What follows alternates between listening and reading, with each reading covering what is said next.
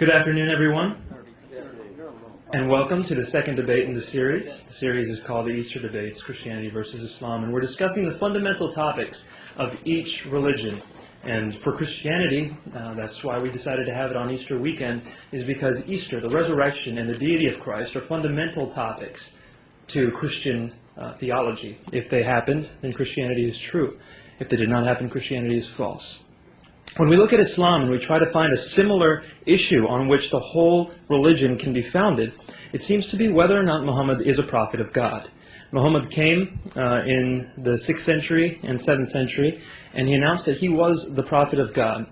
As the Islamic credo says, La ilaha illallah Muhammad Rasulullah. There is no God but the one true God, Allah, and Muhammad is his messenger.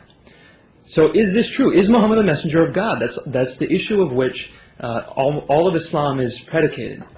So that's what we're here to discuss today.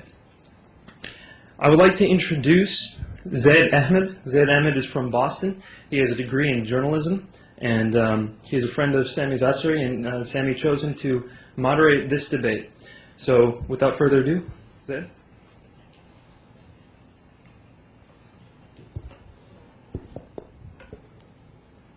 Ladies and gentlemen, welcome. On behalf of all our colleagues, is the mic clear? There you go. Okay, on behalf of our Muslim friends and our Christian guests, I would like to say Assalamu alaikum wa rahmatullahi wa barakatuh, and Happy Easter to our Christian friends. Tonight's topic is Muhammad, peace be upon him, a prophet of God. Our speakers tonight, our first speaker, Sami Zaatari and David Wood. A little bit of background on both of these candidates. David Wood is a PhD student. He is currently engaging in academia with a degree in philosophy, which he is currently pursuing. And he will speak for 30 minutes. He will be the first speaker. And our second speaker is Mr. Sami Zaatari, who has come from UAE. He is originally from United Arab Emirates by way of London, UK. The format will be, ladies and gentlemen, each speaker will get 30 minutes. One speaker will come up, present his evidence, give his case, and then there will be a short interval. After both speakers have spoken for 30 minutes, we will have a break for 5 minutes. Then, following this, will be the rebuttal period, where each speaker will get 15 minutes for the rebuttals.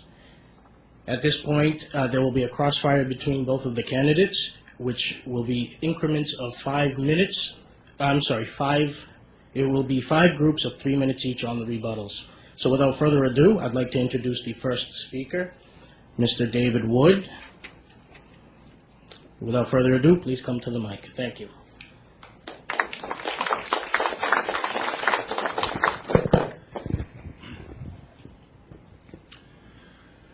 Well, good afternoon. I'd like to thank Old Dominion University for sponsoring our debates today. I think that these are some of the most important issues anyone could ever think about, and so it's great that we can discuss and defend our beliefs here in a university setting. I'd also like to thank Sami for agreeing to debate the prophethood of Muhammad. There aren't a lot of debates on the prophethood of Muhammad. There are dozens and dozens of Muslim debaters in the world, but I only know of about 4 who are willing to debate this particular topic, and Sami is one of them. So I certainly respect his confidence and his willingness to subject his prophet to scrutiny. I've been studying the life of Muhammad on and off for about 14 years. I began studying Islam when I was still an atheist, even before I ever investigated Christianity. And after I became a Christian, I studied Islam even more, mostly because during the last decade or so, 2 of my best friends have been dedicated Muslims, and so I ended up examining the evidence for Islam over a period of years in the context of 2 close friendships. And I would say that the best context for discussing Christianity versus Islam is a careful dialogue between good friends, because this is a huge issue, and a careful dialogue will take years. And without strong friendships to bind people together, conversations of this sort will often end rather quickly in anger and resentment. Now, friends can get angry too, and I can vouch for that with my Muslim friends. But at the end of the day, you know when your friends criticize your beliefs, they're ultimately doing it because they care about you and not to wish hell upon you or anything. So that's important. And as the Bible says, faithful are the wounds of a friend. The second best way to discuss these issues is public debate, where we can lay our evidence on the table, we can respond to one another's arguments, and everyone gets to hear both sides of the story. But presenting two sides of an issue means that whatever side you're on, you're going to hear some things that you might not agree with, some things that might make you uncomfortable, some things that might even upset you. And that's just part of debate. We're not here for an interfaith picnic. We're not here to pretend that the differences between Christianity and Islam don't matter. We're here to seek the truth about God and His messengers, even when it hurts. So throughout this debate, I'm going to speak the truth, and I'm not going to pull any punches, because I assume that if you showed up to this series, if you showed up to a series of debates on Christianity versus Islam, you are prepared to have your beliefs challenged and criticized. Now, I have to say, it's not my goal to offend anyone here, but there is just no good way to bring up certain topics, whether we're talking about Christianity or Islam. There are certain issues that need to be addressed, and yet those issues are very hard to bring up because they're sensitive issues. Lots of people, especially here in the West, hold that it's wrong to criticize anyone else's beliefs. I personally don't see how either Christians or Muslims could hold that view, because both the Bible and the Quran are filled with criticisms of other people's beliefs. And so we have to agree that there is a place for criticizing one another's views. One of the sad things is that often when these criticisms are raised, and like it or not, Christianity is being attacked around the world, Islam is being attacked around the world, usually there's no one there to defend the beliefs that are being attacked. And so I would say that the best thing to do is to raise these criticisms in an environment like we're having this weekend, where there's always someone to respond to any objection that's raised. Here in my opening statement, I'm going to explain why I don't believe that Muhammad is a prophet of God.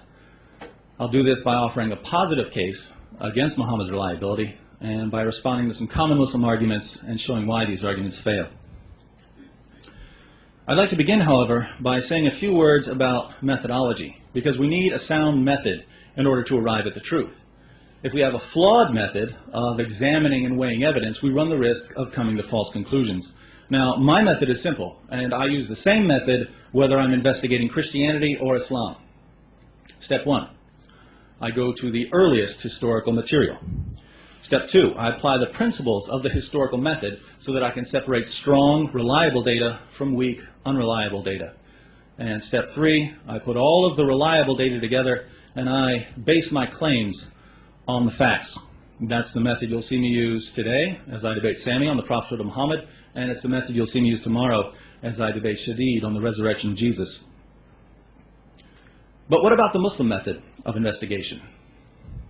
I obviously can't speak for all Muslims, because Islam is very diverse and different people are bound to investigate Islam differently. But I can give you an outline of the methodology used by certain Muslim apologists who are growing in their popularity, because this method seems to be quite standard. Step 1, if you're examining an early source and you find something you don't like, just throw out the source. Say it's been corrupted and move on. We see Muslims doing this with the New Testament, but even more interestingly, Muslim apologists will do this with their own sources, various texts from the Hadith and the Sirah literature. I'm sure we'll see some of this over the next 2 hours. So if a historical source doesn't line up with the Muslim view, throw it out.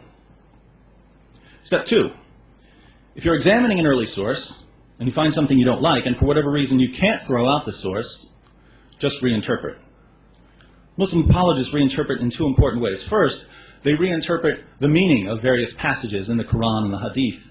And second, they reinterpret Muhammad's motives when Muhammad's actions seem objectionable. So if you can't throw out a source, reinterpret it. Step 3, if you're examining an early source and you find something you don't like, and you can't throw out the source, and there's no way to reinterpret it, just commit what's called the tu quoque fallacy.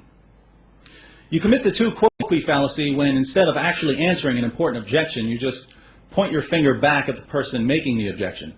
So suppose you catch me telling a vicious lie, and you say, David, you just lied. And then I respond, well, you've lied too. Do you see the problem with this response? Even if it's true that you've lied, and it is, it wouldn't change the fact that I had lied and that I'm accountable for my actions. Now, we see this approach quite often when we investigate the life of Muhammad. Whenever Muslim apologists can't answer a certain objection, they immediately point to another religion and say, well, look at all the problems in that religion, as if this makes Islam's difficulties go away. This is the tu quoque fallacy. So these are the three pillars of an apologetics method that's becoming quite common on the internet and in various texts by Muslim apologists. Throwing out sources, reinterpretation, and the tu quoque fallacy. Now many of you who are Muslims are thinking, no, that's not the method we use. And all I can say is I promise that you will see this three-step method over and over again over the course of these debates. All right, now that we've seen how my method compares with the method used by some Muslim apologists, let's see how these competing methodologies play out as we investigate Muhammad's reliability. From a Christian perspective, Muhammad's most interesting claims are his claims about Jesus. We'll be discussing this much more tomorrow when we debate Jesus' death, resurrection, and deity, but I think it's important to note here that Muhammad made several claims that just don't line up with history, claims about Jesus. For instance, Jesus' death by crucifixion is regarded by many historians, even non-Christian historians, as one of the best established facts of ancient history. And yet in the Quran, Surah 4, 157, we read that Jesus wasn't killed and wasn't even crucified. That's a problem. You see, when Muhammad makes a claim that's open to historical investigation, and we go to the evidence and we find that all of history says that Muhammad was wrong, well, that's at least some reason to think that maybe he wasn't getting his revelations from God. Islam faces this problem not only when we consider Jesus' death, but also when we consider his birth. According to Surah 19, Jesus began preaching as soon as he came out of Mary's womb. Now, the obvious difficulty here is that no one in the first century reports this, and certainly some of the early Christians, if this were known, would have reported this. But there's an even bigger problem. We know where this story comes from. It comes from the Arabic infancy gospel, which scholars unanimously reject as an obvious forgery. This is a pattern we find over and over again when we examine the Quran. Muhammad tells a story, and we can trace this story back to a forgery or to some other historically inaccurate account. Let me give you another example. In the Bible, Genesis 15, we're told that God called Abraham out of Ur of the Chaldeans. In the Babylonian language, Ur just means city. But in the first century, a Jewish rabbi named Jonathan ben Uziel was translating Genesis 15 into Aramaic, and he came across the word Ur.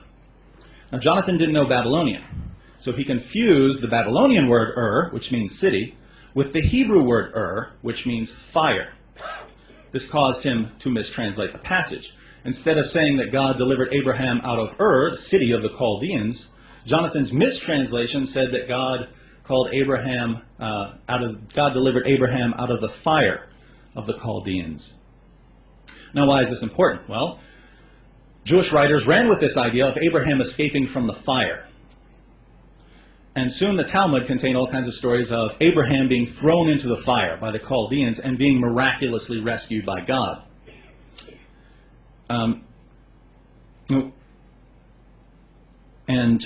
These stories were quite popular in Arabia during the time of Muhammad among the Jews living there. And this is crucial because in Surah 21 we read about Abraham being delivered from the fire. Now, Muhammad claimed that he was getting this story from God. But we know from history that this entire idea of Abraham being delivered from a fire was based on a mistranslation.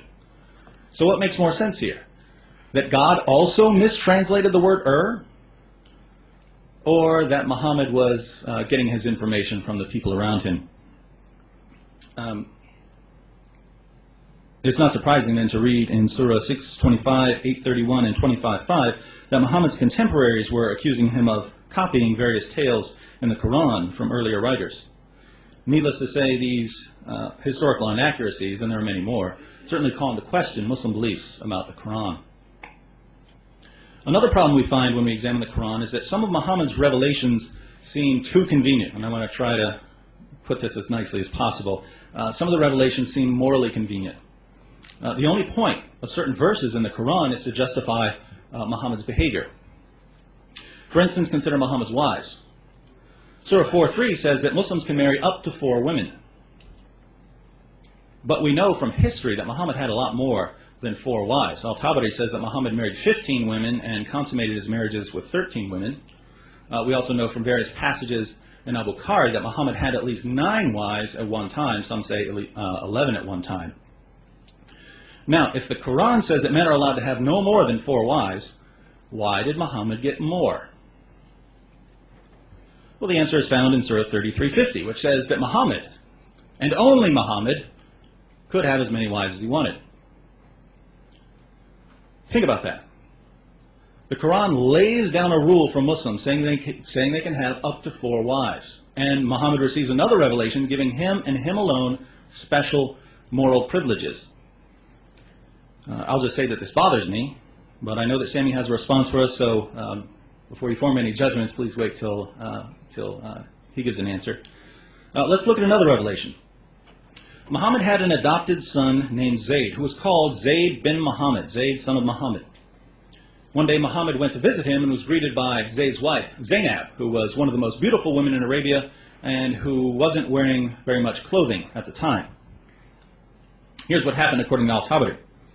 She jumped up in haste and excited the admiration of the messenger of God so that he turned away murmuring something that could scarcely be understood. However, he did say overtly, "Glory be to God the Almighty. Glory be to God who causes hearts to turn." When Zayd found out that Muhammad was attracted to his wife, he decided to divorce her. Muhammad, of course, was worried about what people might think, and so he said, "No, keep your wife." But by that time, Zainab had found out that Muhammad was attracted to her. So she began despising her husband Zayd. And Zayd, wanting to give his adopted father whatever he wanted, divorced his wife. Muhammad was still worried about what people might think if he married Zainab, but then he began receiving revelations to justify the marriage. He received Surah 33:37, which says that it's okay to marry the divorced wives of your adopted sons. But people began criticizing him anyway. They said, wait a minute, Muhammad told us that it's wrong to marry the divorced wives of our sons, and yet he himself did it.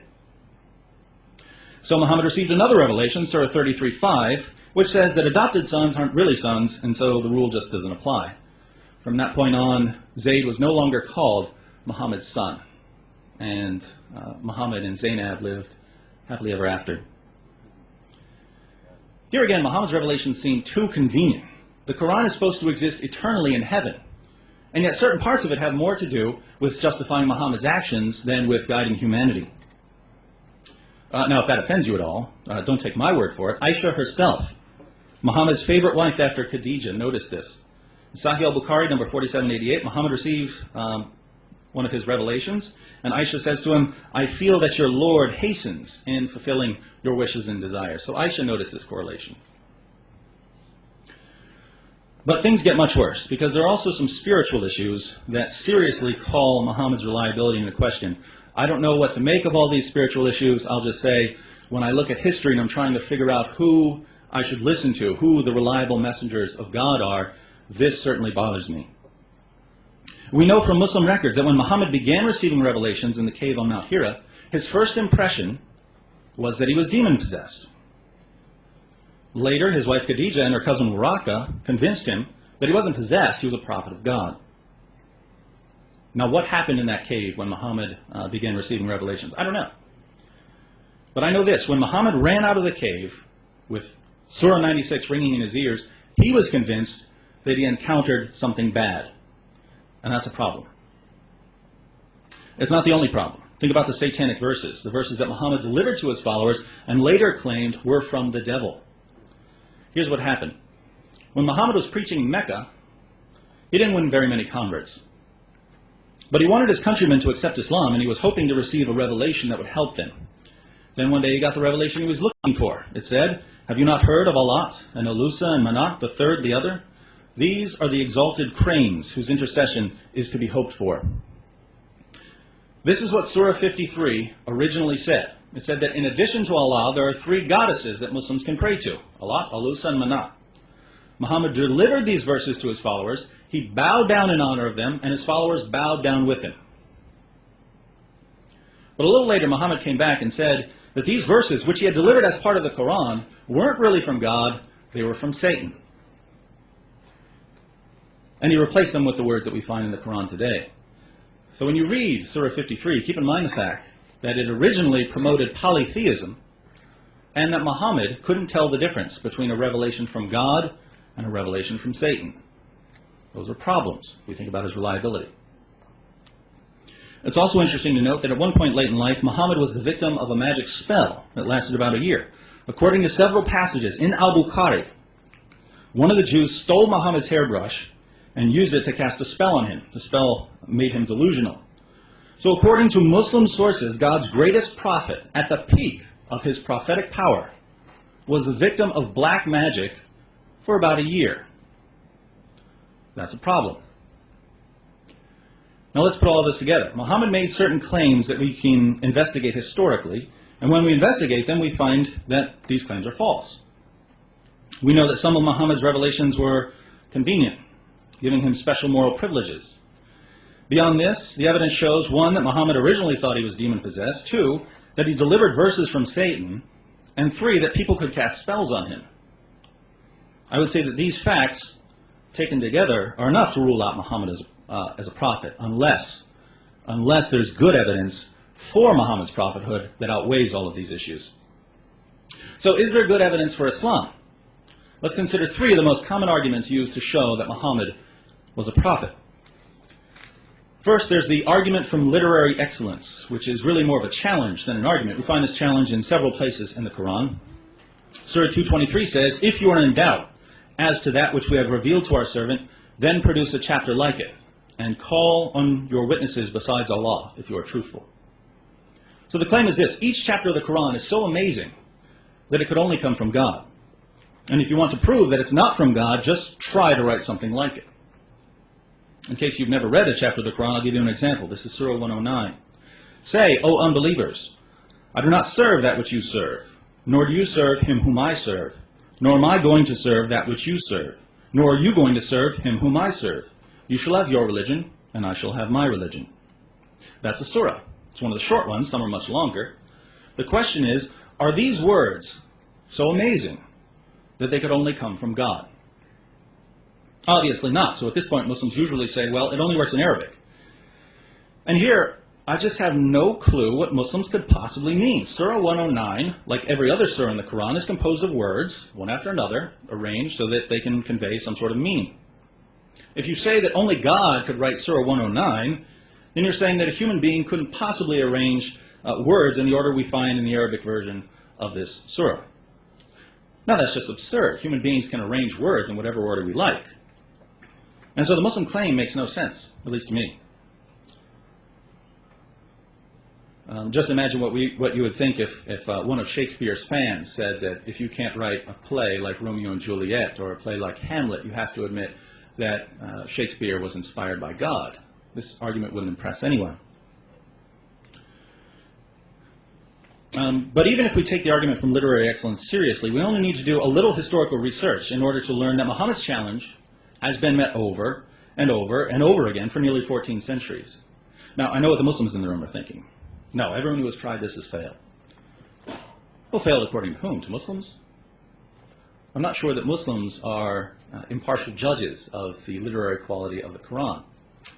But besides this isn't a challenge for Muslims. This is a challenge for unbelievers. Muslims aren't the judges here.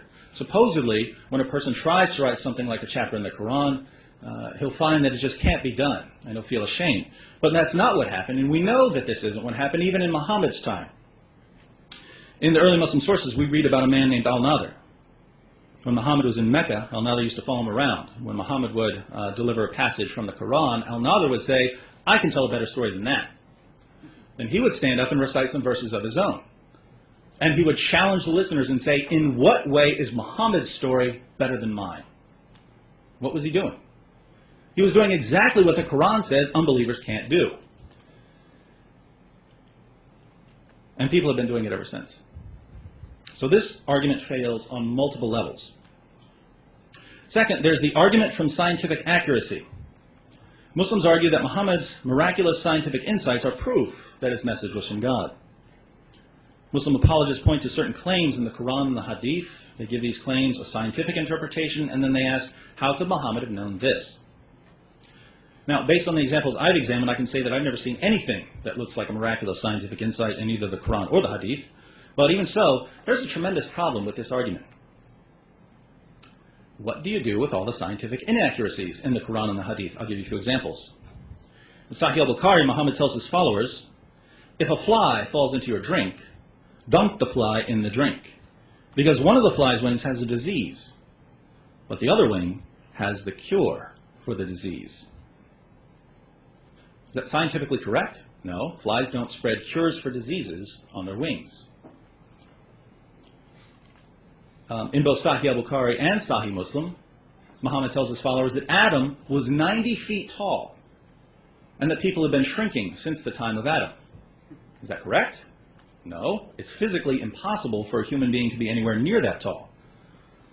In Sunan Abu Dawud, we read about a situation in which some of Muhammad's followers needed water. They asked Muhammad whether it was okay to drink water from the well of Buddha, or to use water from the well of Buddha, I guess for washing or something, which was filled with dead dogs, used menstrual cloths, and human excrement. Muhammad replied, truly, water is clean and is not defiled by anything. Really? Not even by dead dogs and human waste? So we read things like this in the Hadith, but what about the Quran? Well, Surah 1886 tells us that Alexander the Great traveled so far west, he found the place where the sun sets. According to the Quran, the sun sets in a pool of murky water. You know what stars are? According to Muhammad, Surah 37, Surah 67:5, and the Hadith tell us that stars are missiles that God uses to shoot demons when they try to sneak into heaven. When you see a shooting star, it's because God became angry and hurled a star at a demon. In Surah 27, ants talk to Solomon. In Surah 86, we learn that sperm are produced between the ribs and the spine. And according to several verses in the Quran, humans come from a clot of blood. Obviously, Muhammad made many claims that are scientifically false. Now, I'll be honest, these scientific errors don't bother me at all. I don't expect someone writing in the 7th century to have a modern scientific worldview, even if he is a prophet. That's not what I'm arguing. All I'm saying here is that the argument from scientific accuracy, the argument that says we know that Muhammad was a prophet because of his scientific accuracy, this argument fails.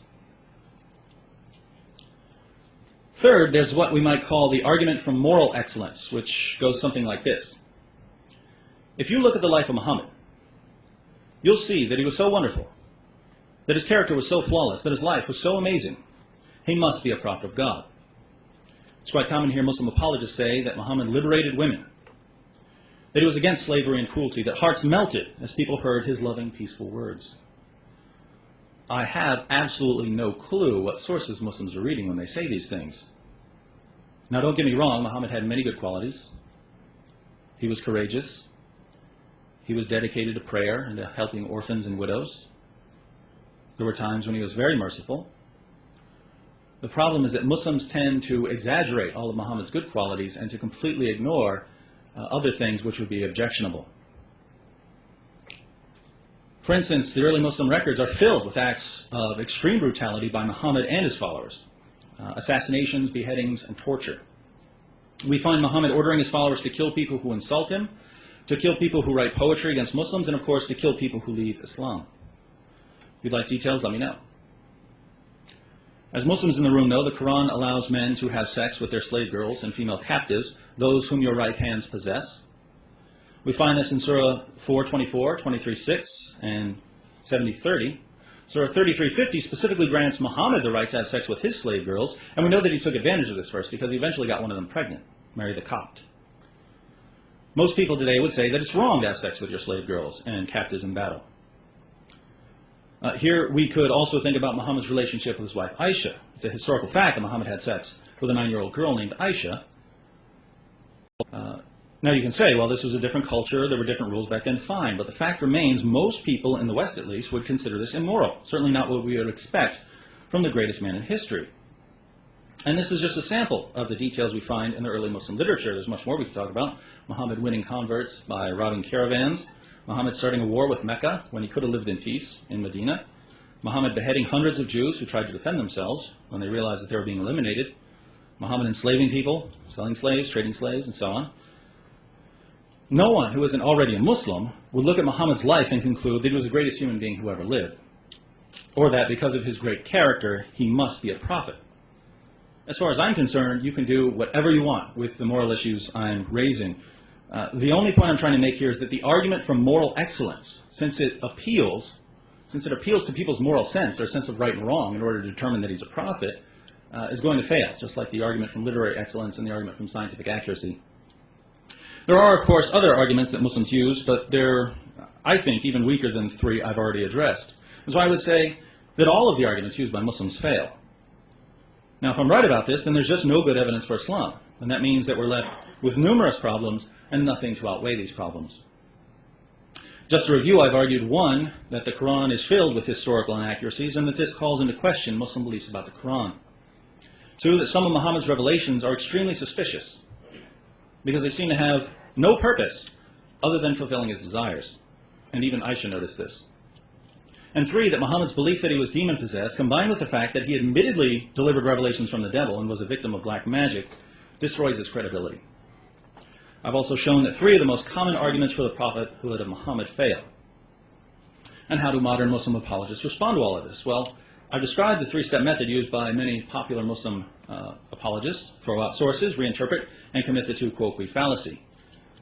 It's no secret then that in the course of this debate, I expect Sami to throw out a lot of historical material, to reinterpret several passages, and to attack Christianity and the Bible whenever possible in order to divert our attention away from the issue we're discussing, namely Muhammad.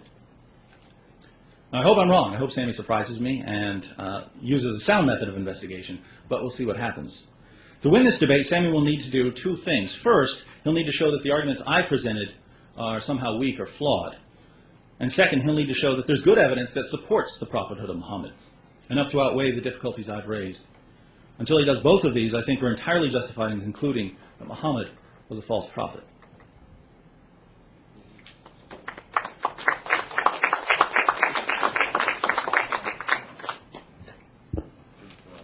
Ladies and gentlemen, please another hand for David Wood.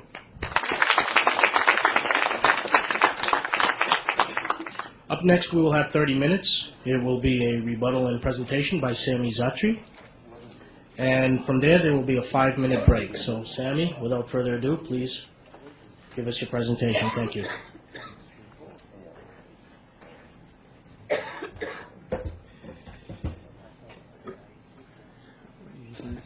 Can you all hear me good? Or does it sound good? Or okay.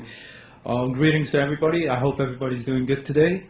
This is my first public debate, so if my voice sounds shaky or nervous, just excuse that. And I also want to correct something. I'm not from the United Arab Emirates. I grew up there. I'm originally from Los Angeles, California, and I'm also Palestinian and an Iranian. So nice, the axis of evil. So either way, now tonight's debate is about who is Muhammad? Is he a prophet of God? Now, I say yes, I'm a Muslim. I say, of course, he's a prophet of God. The criteria that I'm going to use today wasn't mentioned by David. I'm not going to argue from scientific accuracy. I'm not going to argue from the Quranic literacy, because that has nothing to do with it. In fact, since David is a Christian, I will argue from biblical standards. How do we judge a true prophet? Which is through doctrine, through prophecies, and through miracles. And when we find that the Prophet Muhammad fit each one of them. So with that said, let us look at the first proof or criteria that Muhammad is a prophet of God, and that is his doctrine. When we read about the doctrine of what the Prophet Muhammad brought, basically narrated in Bukhari, Volume 1, Book 2, narrated by Ibn Umar, the Prophet Muhammad basically said Islam is built on five pillars. That there is no God but God, that we should pray, that we should fast, that we should give money to the poor, and that we should perform the Hajj. Now when we read each prophet's message, we see that is exactly the same thing that each one of them brought. Such as such as Jesus in Mark chapter 12 verse 29. Jesus said, the Lord is one. That is the most important commandment. What did Moses say in Deuteronomy chapter 6 verse 4? Hear, O Israel, the Lord is one. That's what they taught. And now what does the Quran say in Surah 112? It says, there is only one God, the eternal God. So as you can see, each doctrine matches the other. Every single prophet in the Old Testament, from Ezekiel to Jeremiah, each one of them taught the same doctrine. That there is only one God, and that we should pray to this God, and that we should fast, give to the poor, etc., etc. The Prophet Muhammad did not bring anything new, a new doctrine saying, worship three gods in one. Moses never taught that. Jesus never taught that. They all taught strict monotheism. So basically, we can conclusively say that he brought the same doctrine. I can go in more detail, but I want to save time because I want to respond to the points he brought up. Now, the second criteria is prophecy. What prophecies did he bring? I'm going to bring you two explicit prophecies which you can see with your own eyes today. Not vague prophecies like in the Old Testament, which can be interpreted in 50 different ways, which are very vague. In fact, last summer, in 2006, when there was a war between Hezbollah and Israel, you had pastors saying Ezekiel is being fulfilled. I didn't see anything being fulfilled there. So here is the first prophecy from Sahih Bukhari, volume 1, book 2, number 47, narrated from Abu Huraira. This is what the Prophet said. When the shepherds of the black camels start boasting and competing with others in the construction of higher buildings and towers. So basically the Prophet Muhammad said that his people in that area, the peninsula, which is now UAE, Bahrain, Qatar, Saudi Arabia, Oman, Yemen, he said they would start competing with each other and boasting with each other for the construction of higher buildings. Now I grew up in the UAE. I'd like you all to go to the UAE. Right now they have the tallest standing structure in the world, the Burj Dubai. They have the tallest hotel in the world, the Burj Al Arab. And they're building the tallest apartment building, the tallest hotel apartment building. And there are around 10 other buildings in Dubai which are in the top highest 100 buildings in the world. In fact, even in Saudi Arabia, they have one of the buildings which is ranked 94th in the world. In fact, what makes it more interesting is that Kuwait and Bahrain right now are competing to build another taller building than the one that is being built in Dubai. So not only has this prophecy been fulfilled, it's been fulfilled to a greater extent since they're even building the tallest buildings on this planet. Is that a coincidence? I don't know. The second prophecy, which is from the Noble Quran, from Surah 22, verse 27, in Surah 22, verse 27, it reads, and proclaim the Hajj, the pilgrimage, among the men. They will come to thee on foot and mounted on every kind of camel on account of journeys through the deep and the far distant mountains. So basically this prophecy, it's a prophecy and a teaching saying, proclaim the teaching of the Hajj and people will come from everywhere. Today you look each year in the Hajj, up to 2 million people perform the pilgrimage. People from the USA, people from the UK, people from Brunei, people from Bahrain, people from Indonesia, Malaysia, you name it, they're all there. So that's another clear, explicit prophecy. In fact, later on, I'll bring another one, because when I respond to him, a prophecy will come up. So, now, the miracles. For me, I don't really need to show miracles, but Christians, for some strange reasons, always ask me, what miracles did the Prophet Muhammad perform? Which is baseless, since Jesus himself said, only wicked people, sons of an adulterous nation, ask for a sign. So I don't understand why Christians find it so necessary for miracles. Although it is necessary when you read the Bible, so maybe that's it. But now, let me find you one prophecy. Here's one narrated from Abu Huraira in Sahih Bukhari, volume 4, book 56. Abu Huraira used to narrate many hadiths, and he used to say, how will I remember these hadiths, because we all have memory loss sometimes. You can't memorize everything. So the Prophet Muhammad told him, come here, and he wrapped his hand around Abu Huraira, and since that day, Abu Huraira admitted that he never forgot a hadith. All of a sudden, his memory became perfect, and he is the man who narrated the most hadiths more than anyone. Here's another one from Ibn Kathir's biography. There was a battle one day, the Battle of Badr, I believe, and one of the Muslims, he lost his eye, his left eye. The Prophet called him to him. The Prophet spat in his eye, and his eye became the healed one. His eye healed, and it became the better eye. So, if that's not a prophecy, then I don't know what is. When your pupil comes out, and a man comes, spits in it, and it becomes the better eye. So these are just a few miracles for you. There are many more, but for me, I don't really need miracles to prove my faith. Now, these are the main points for you. We had the prophecies, we had the miracles, and we had the doctrine. It doesn't matter if I come up here and speak to you for 1 hour about what he did, what he said. All of you here, you want to see the answers to the points he brought. You don't want me talking about prophecies non-stop. And that's exactly what I'm here to do anyway, to respond to the points they often bring up. Because once I refute most of what he said, you will have no good reason to reject the Prophet Muhammad. So with that said, let us address his points that the Prophet Muhammad supposedly killed his opponents who merely criticized him, which is not true at all. Starting with a man named Ka'b al-Ashraf. Maybe some of you heard his name. Christian apologists always bring him up.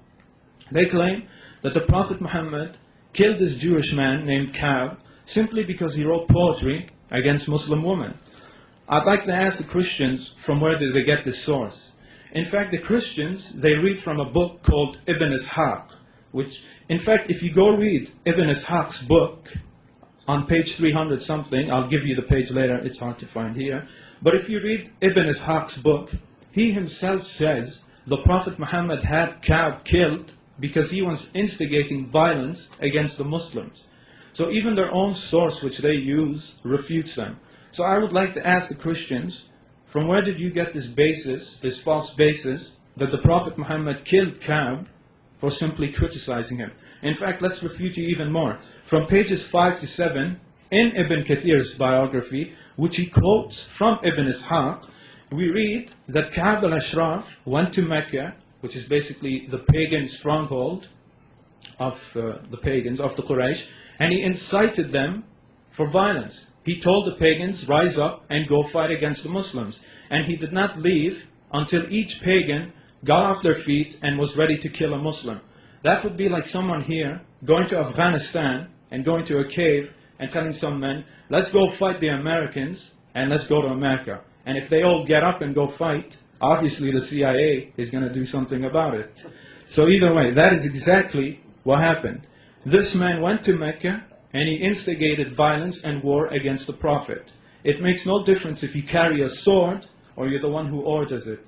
In fact, a treaty was made between the Muslims and the Jews that no one would have alliances with the pagans. And if they did have alliance with the pagans, then they would suffer the consequences. So it is his own fault of what happened. He was not killed for merely criticizing the Prophet. And I challenge him to show it to us, but he won't be able to show it to us because his own source refutes him.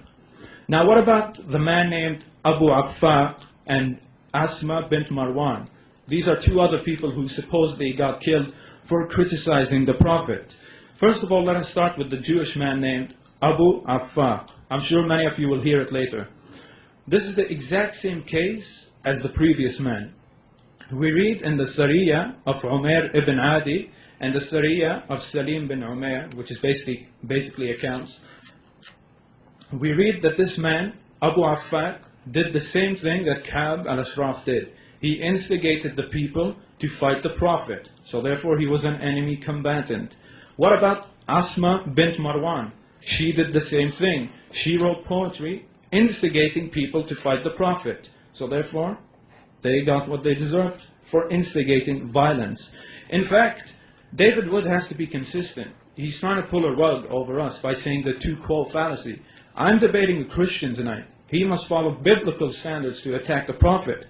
I challenge him, where in the Bible does it say it's forbidden to kill someone who speaks against you? In fact, it says the opposite. In Leviticus chapter 24, verse 16, it says that anyone who blasphemes against the Lord should be killed.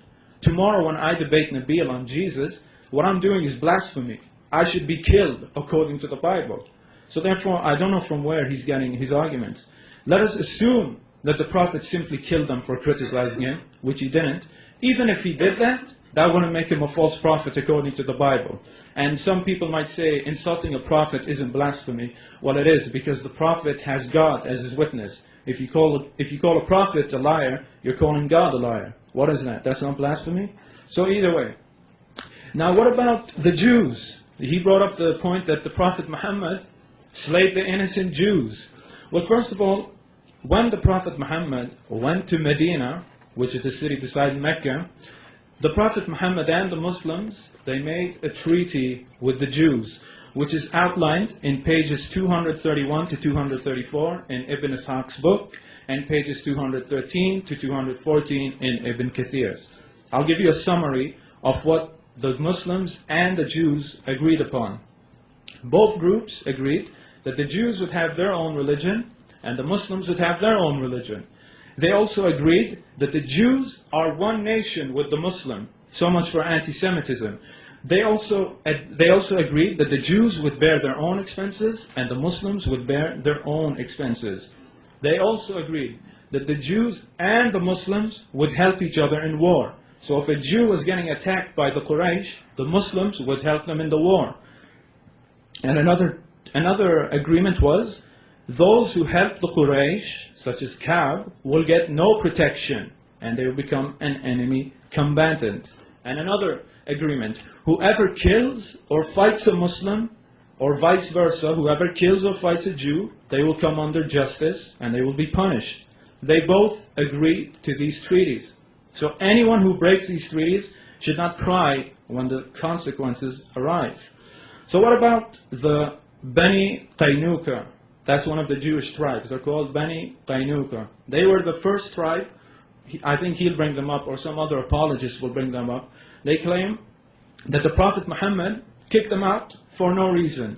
First of all, if you read what happened, the whole story is this. There was a Muslim lady who was walking into a marketplace of these Jewish people. And when she sat down, one of the Jewish merchants, he put something on her dress, so when she got up, she got exposed. Now there was a Muslim at the scene, so he got very angry, and he ran towards the Jew, and he killed the Jew. Now that is a crime. But what happened, instead of the Jewish people following, saying justice, they lynched the Muslim. So when the family of the Muslim guy saw him getting lynched, they called the other Muslims to come help, and therefore a big battle broke out. So if the Jews followed the treaty, they would have simply arrested the Muslim man, take him to the Prophet Muhammad, and he would have been dealt with. And what you also must understand, in the Middle East, back then, even today, if you insult a lady's honor, that in itself is almost a death sentence, which even the Jewish people would agree with. So it doesn't excuse what the Muslim did, because he would have gotten punished, but you have to understand the culture back then. So the Jews took the law into their own hands, and they lynched this Muslim, which is against the treaty. Now what about the other tribe, the Banu al-Nadir? Well, the Banu al-Nadir tribe, the Prophet Muhammad went up to the Banu al-Nadir tribe and he told them, you have some expenses to pay for something else. They had their own conflict. So the tribal leaders of this Jewish clan got together and they said, let us kill the Prophet Muhammad. So they found an assassin who was supposed to throw a big rock on the Prophet Muhammad while he laid down. And what a coincidence, God from heaven warned the Prophet Muhammad. Another sign that he is a prophet, because God warned him of the danger. So the Prophet Muhammad found out about the danger and he exposed the Banu al-Nadir and they were expelled. In fact, what's so nice is that when the Banu al-Nadir got exposed, the Prophet Muhammad allowed the Jewish people to take all their property with them, and the Jews even burned their homes down. If the Prophet was a thief, why would he let them burn their homes down? He would have just taken it all, and he would have taken all their property. But he didn't do that. So much for being a thief. He let them go with their property. Do we see that today? Like when the Jews kicked the Palestinians out of Palestine, like my grandmother, did they let her take her property? No, and she died 2 weeks ago, and I dedicate this debate to her. So, another Jewish tribe, the one they always bring up, the Bani Qurayza, the 800 Jews who were beheaded, they always try to make it seem so bad. First of all, there's a whole story behind this. I'll try to explain it in 5 minutes. As you know, the Muslims were at war with the pagans. Now one day the pagans decided, let's go attack Medina. So the Prophet found out about it, so he made a plan with the Muslims. Let us dig a trench around Medina.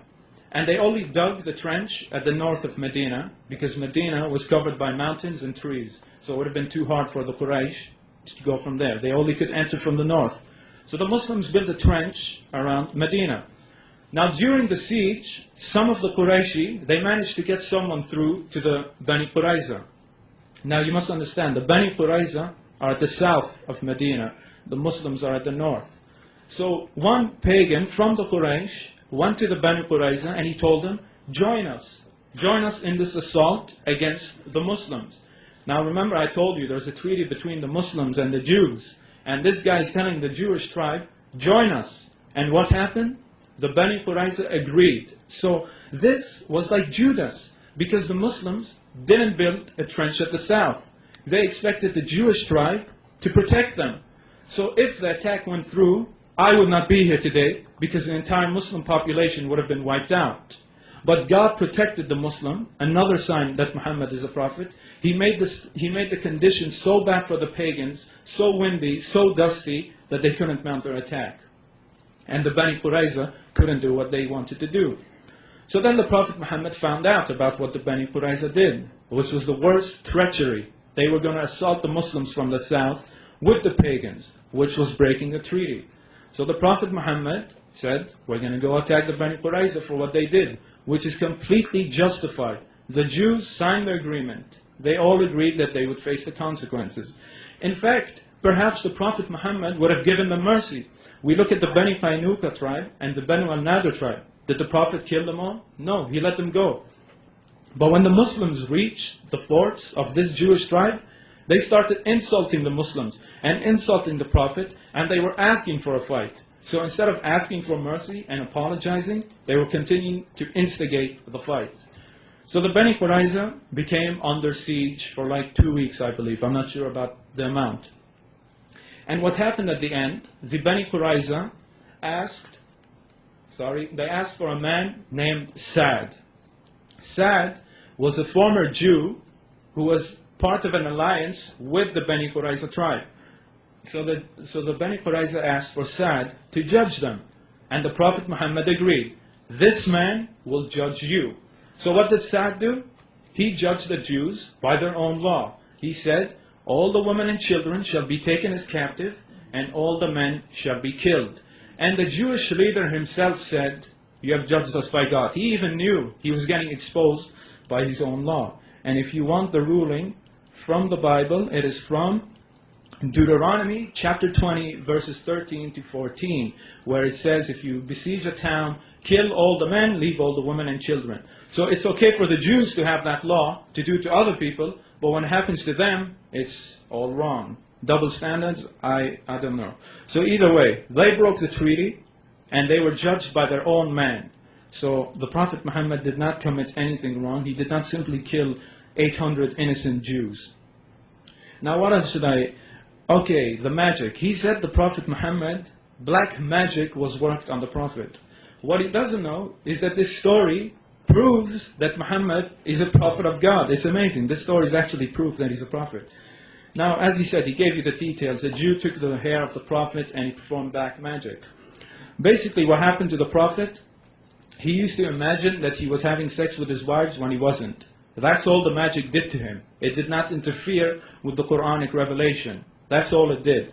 But what happened is, at the end of the day, 2 angels came to the Prophet and they told him where to go to find this hair comb so he could break the black magic. And what happened? He went to the spot and he destroyed the black magic. In fact, there's a wisdom behind all of this story, which is, put your faith and trust in God. Because while the Prophet was under the bewitchment. He never relied on enchantments or all of these other things. He simply relied on God's help. And what happened in the end? God sent 2 angels to the Prophet, and he was healed. Now, a Christian has to be consistent. If you want to accept the first part of the story, you have to accept the second part of the story, which is that angels were sent by God to protect and heal the Prophet. You can't have it both ways, accept one part and reject the others. You can't have your cake and eat it. So which one is it? So now, what about another thing? What about the satanic verses? First of all, they're not even called the satanic verses, so we should be a bit more respectful, not give it the Christian Orientalist insulting way of calling it the satanic verses. It would be like me calling the Bible a book of porn because of so much sex, but I don't do that. So let us stick to what they're actually called in Arabic. Now this story, although many scholars say it's not authentic, I'm not going to do that because I don't need to. This story proves Muhammad is a prophet. In fact, I hope the scholars say the story is true because it proves he's a true prophet. Basically what happened one day, the prophet was reciting a verse and Satan whispered into his ear and by mistake he said those verses. So what happened the day after or a few hours later? The angel Gabriel came to him and corrected him. Now if the prophet is a false prophet, why is the archangel Gabriel coming to him from God telling him, I didn't send this to you? Does that make any sense? So again, if you want to accept the first part of the story where Satan came to him and gave him these false verses, accept the second part of the story where the angel Gabriel came from God and told them, these are the true verses, get rid of the other verses. In fact, David is selectively quoting the Quran. According to Muslims' belief, other prophets went through the same thing. Other prophets were also deceived for a while by Satan and the Quran, and God helped them, just like in this case. So to a Muslim, this has happened to other prophets. In fact, it would make no sense for David to come up here and say, Satan came back to Muhammad and told him to get rid of these verses, because his own Bible, Mark chapter 3, verses 22 to 26, says, how can Satan drive Satan out? Because the Jews used to accuse Jesus of performing his great miracles by the power of Satan. And Jesus told them that doesn't make any sense. Satan cannot fight against Satan. He can't stand against himself, because if Satan opposes himself, it's a divided nation. It makes no sense. So if you want to accept the story, then you must accept Muhammad is a prophet, because the angel came to him, Gabriel, the archangel, and told him of this mistake. So I don't know how that disproves him. What about, he brought up another point. He said the Prophet Muhammad thought he was demon-possessed. Exactly. What he doesn't tell you is the context of the society. The Prophet Muhammad grew up in a society which was completely pagan. He didn't grow up in Palestine, where they knew about prophets, where they knew about angels. He knew very minimal.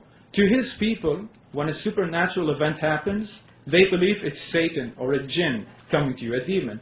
So if I grow up in a society where my parents and everyone tells me that, hey, if something supernatural happens to you, it's a devil. And then something supernatural happens to me, what am I going to think? I'm going to think it's a devil, because that's what I'm taught. But if I grew up in Palestine, and I know about angels, I know about all of these things, if I have a supernatural event happening to me, I'll say maybe this is an angel. In fact, when the Prophet went to a Christian man, Waraqah, the Christian man was familiar with these things, and he told him it was angel Gabriel. So a Christian came to the defense of the Prophet. So that proves he wasn't demon-possessed. Just because he thought he was doesn't mean he was. It was only because of the culture he grew up in. If he grew up in Palestine, he would have known it was an angel. And I told you, the Christian, you see, the Christian is familiar with the Bible, so he knew this wasn't a demon. He knew this was an angel. The Prophet had no way of knowing such a thing. So therefore, it's inconsistent to attack him and say he thought he was demon-possessed, when that's all his society thought. And then he brought up the issue of right-hand captives. I challenge you, any one of you, to show me where it says in the law it's forbidden to have sex with ladies, consensual sex. And I challenge him to show me where the hadiths say Muslims raped the right-hand captives. It seems I have to teach him and all of you in a respectful way what Muslims are taught and how to treat our slaves. In Sahih al-Bukhari, volume 1, book 2, number 29, Muhammad said, your slaves are your brothers. treat them as yourself. So are you going to rape your slave who's like your brother? Does that make sense? Are we going to conveniently pick and choose? So naturally, we're taught to believe that slaves are like our brothers. So if a lady comes under my captive, I'll treat her like my sister. I won't rape her. And if we have consensual sex, then it's only if she allows me, not me raping her. So, and they do it in the Bible, but I don't want to bring it up. So anyway, and that's not a tu quo fallacy. I'm not debating an atheist. He needs to be consistent, not the other way around, and just say, I can attack you non-stop and forget the rest. So either way, where is the rape? There is no rape.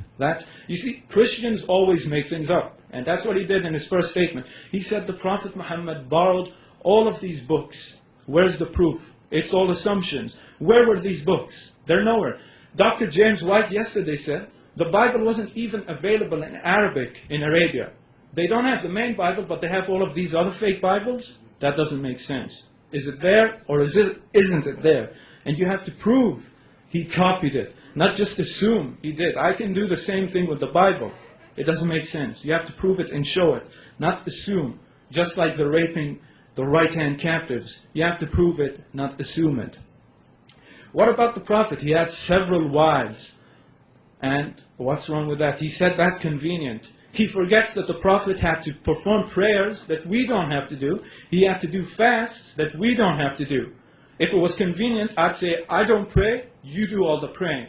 Did the Prophet do that? No. In fact, the Prophet even said he still has to pray when he's in paradise, while we don't. So where is the conveniency? I don't see it. Secondly, the reason why the Prophet had several wives was simple. He used to marry women from enemy tribes. So that in Arabia, when you marry into a family or a tribe, peace comes with you. You become a family. Peace is formed. So when he married into women into enemy families, this made the enemy tribes one with the Muslims. So it brought peace and harmony. This is exactly why he did it. Not simply for his own sexual desires and etc., etc. And again, his great prophet David had 300 wives.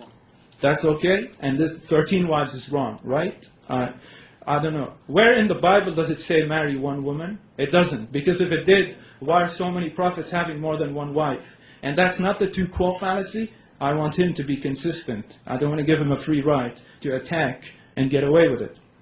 What about raiding caravans? What he forgets to tell you was when the Muslims were kicked out of Mecca, they had to leave all their homes and properties, which the pagans illegally sold. So the Muslims had their own property taken away from them. So therefore, when the Muslims waged war, they raided the caravans and took the property of the pagans. Eye for an eye. There's nothing wrong with that. The pagans started stealing from the Muslims first, and the Muslims hurted their economy. As we all know, economical warfare is part of it. America freezes assets of many people. I don't see any of you complaining. So either way. What else should I bring up? What other points did he bring up? I think Aisha, I hope I have more time. Okay, first of all, I'm going to quote you his own colleague, Sam Shimon. He writes on the same website. This is what his own colleague wrote. You can go find this on answeringislam.org. Sam Shimon said, thus we have a biblical text establishing puberty as the minimum age of marriage. That's what Christians believe, and my time is up. Thank you.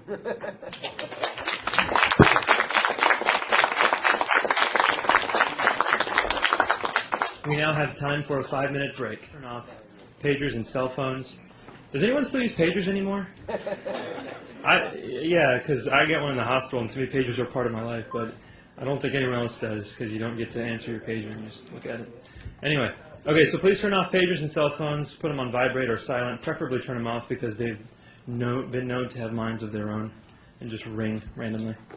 So what we're about to do now is we're about to begin the rebuttals. We just heard opening statements from David and from Sami, and now the object of the next 15 minutes each is to show how the other person's opening statement was inaccurate and also to defend one's own opening statement.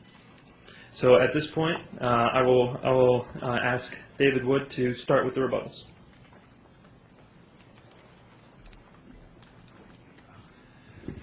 all, I'd like to thank Sami for that opening statement. I think he's doing a great job, and I think he's going to be one of the great debaters, great Muslim debaters in the future. I'll begin by addressing his positive case. He laid out a positive case for Islam based on three criteria, and so he's basing this on the Bible. First, he appealed to Muhammad's doctrine, and Sami said that this doctrine, Muhammad's doctrine, was consistent with all the prophets that came before. Really? Think about the Bible. What does the Bible teach? That Jesus died for our sins. This is consistent with the book of Isaiah, which says that someone's going to die for our sins.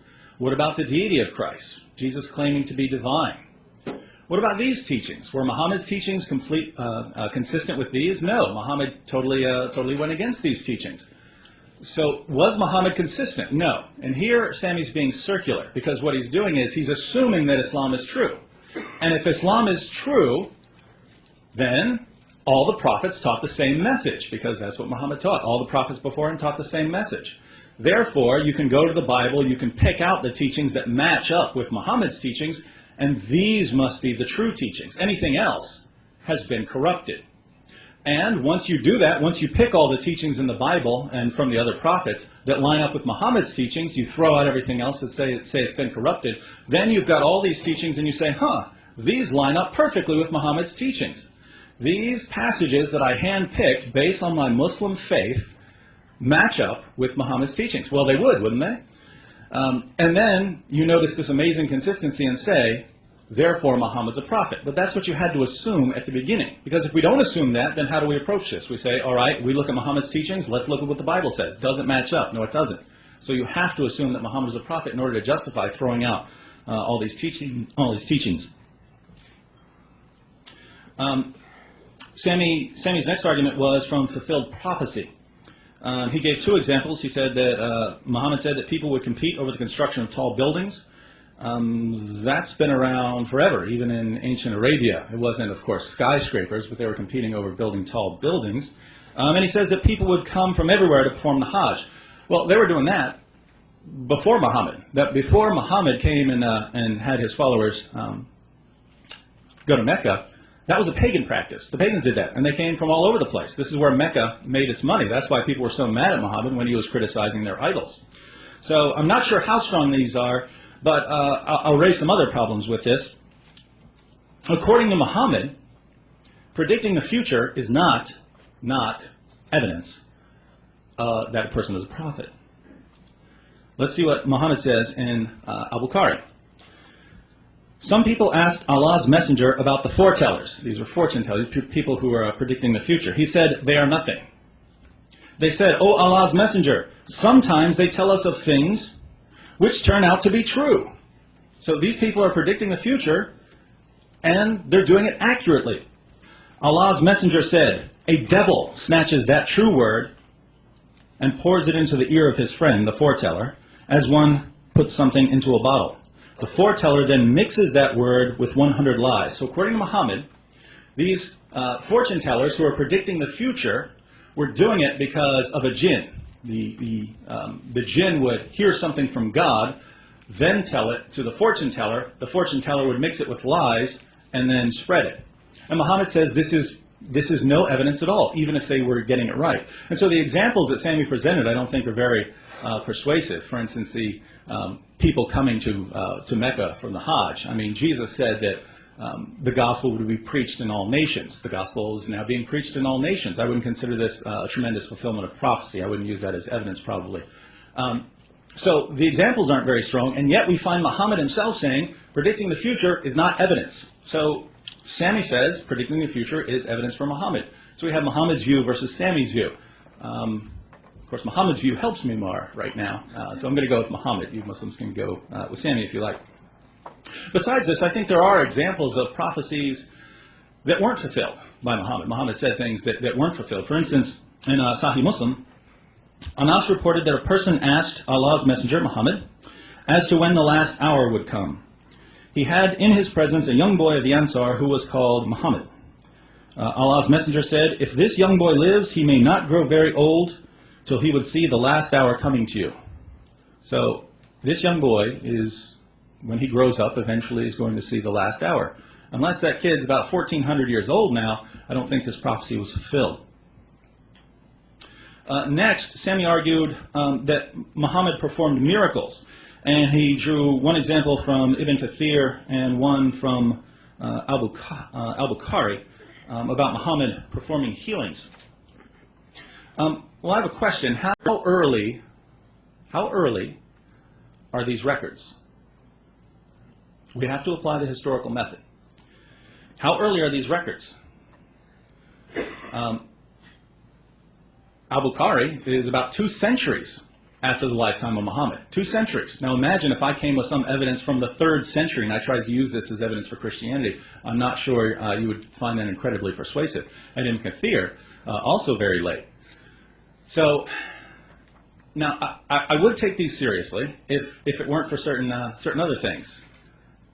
In the Quran, Muhammad is constantly asked, why aren't you performing miracles? Why aren't you performing miracles? Why aren't you performing miracles like the prophets of old? And he says, because I'm only a warner, because I've got the Quran, that's my miracle. He never says, but what are you talking about? I'm performing miracles all the time. That's not what we read. And so the Quran, our earliest source, we find over and over again Muhammad's not performing miracles. And then we get to al-Bukhari, 200 years later, all of a sudden we have miracle claims. What happened in those 200 years? Well, it's very simple. Muslims went out preaching these messages, and they ran into Christians and Jews. And every time they ran into Christians and Jews, the first thing Christians and Jews said were, okay, you got a prophet? What miracles did he perform? We'd like to know. Jesus rose from the dead. What do you got? And then the Muslims said, we got this book. We got the Quran. And they're, what are you talking about? That doesn't even make any sense. And then the Muslims came back, aha, we remember Muhammad split the moon. Muhammad performed all these healings. And so, maybe they did. Maybe they are accurate, but I'm not sure how much evidence, how much weight I can give to texts which are hundreds of years after the events and contradict the earliest source, which is the Quran. So that was Sami's positive case. So you can judge how strong that was and whether that establishes that Muhammad is a prophet. And now we'll look at some of the responses to my case. I mentioned violence in Islam. I didn't spend much time on it. I think maybe 2 sentences. I didn't give a lot of detail. But Sami has brought up a lot, and I think these are important.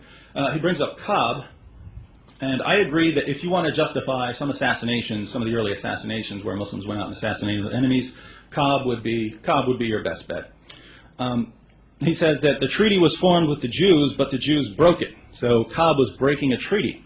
I'm going to hold off on that for just 1 second because I want to talk about that when I talk about the how Muhammad handled the tribes. But Abu Afak and Asma, these concern me more. Ka'b, okay, Ka'b was clearly stirring up some trouble. But with Abu Afak, one interesting detail, the guy was more than 100 years old. He was killed for writing a poem. In that poem, he said, you people are turning to Muhammad. You would be better off following one of the ancient leaders of old. He wrote a poem saying that. Muslims, how dare you say that someone should follow someone other than Muhammad? And Sami agrees. He's criticizing Muhammad. He's trying to rile people up against Muhammad. How dare he? And so this guy, who was over 100 years old, was killed in his sleep by Muslims, stabbed through his liver, according to the earliest sources. I'm not sure that's entirely justified. But Asma, I think, was even worse. Her entire criticism of the Muslims was based on Abu Afak being killed. She said, how could you kill this guy who's over 100 years old? How could you do that? And then she criticized the Muslims and said, look, someone needs to stand up against these guys. And the records of how she was killed are very interesting. Muhammad said, who's going to go kill her for me? And someone went in there and found her sleeping in the middle of her 5 children. One had to be pulled away because she was breastfeeding. And then she was stabbed to death. And it was interesting because the next day, Muhammad's, the assassin came to Muhammad and felt bad. He said, Muhammad, she had 5 children. And Muhammad said, don't worry, 2 goats won't butt their heads over her. No one cares about her. Well, I'm 1,400 years later, and I care a little bit. So, I don't know. But there again, her crime was a poem criticizing Islam. And here's the interesting thing. Muslims were doing the same thing. Muslims are, we have them recorded. Muslims are writing all these poems against these pagans and Jews, and the Jews and pagans are writing poems back. And the Muslims say, how dare they write these poems? They deserve to die. And well, we have to be consistent here. If it's wrong to write poems against someone else, then okay, then the Muslims are wrong too. Sami says, according to the Bible, blasphemers should be killed, so he should be killed. Well, yeah, if you ignore all subsequent revelation, including the New Testament, which says, love your enemies, love those who persecute you, and so on. I'm not willing to throw out all the subsequent revelation. He brought up the slaughter of the Qurayza Jews and the other tribes. He said, well, they signed a treaty, and then they violated the treaty, so they did deserve, the first two tribes did deserve to be expelled, and everyone else did deserve to die. Think about that. These tribes, which were so bad, Muhammad was called to Medina as a peacemaker. These people were so sick of fighting amongst themselves, they brought in Muhammad as a peacemaker. That was his job. His job was to stop fighting. They were completely sick of it. So they bring in Muhammad as a peacemaker. The first thing he starts doing is attacking Meccan caravans. And he attacked them not once, not twice, not 3 times. He attacked them 7 times before the Meccans finally reacted and said, all right, we're putting a stop to this. So if you're the tribes in Medina, what are you thinking? We brought this guy in as a peacemaker, and he's doing nothing but bringing us war with Mecca. And Mecca is very powerful. And so I would ask you, who broke the agreement? Muhammad is brought as a peacemaker, and he brings them war with Mecca. Did they have a right to back out of this deal? I say they did. Sami brings up the black magic. He said this confirms Muhammad's prophethood. It points you to trust in God. And then he says, I have to accept the second part of the story. Just to give you, just for full disclosure, I don't believe black magic was ever worked on Muhammad. I believed that he was acting weird for a little while, and when he came to explain it, he said, I was a victim of black magic. That Jew over there cast a spell on me.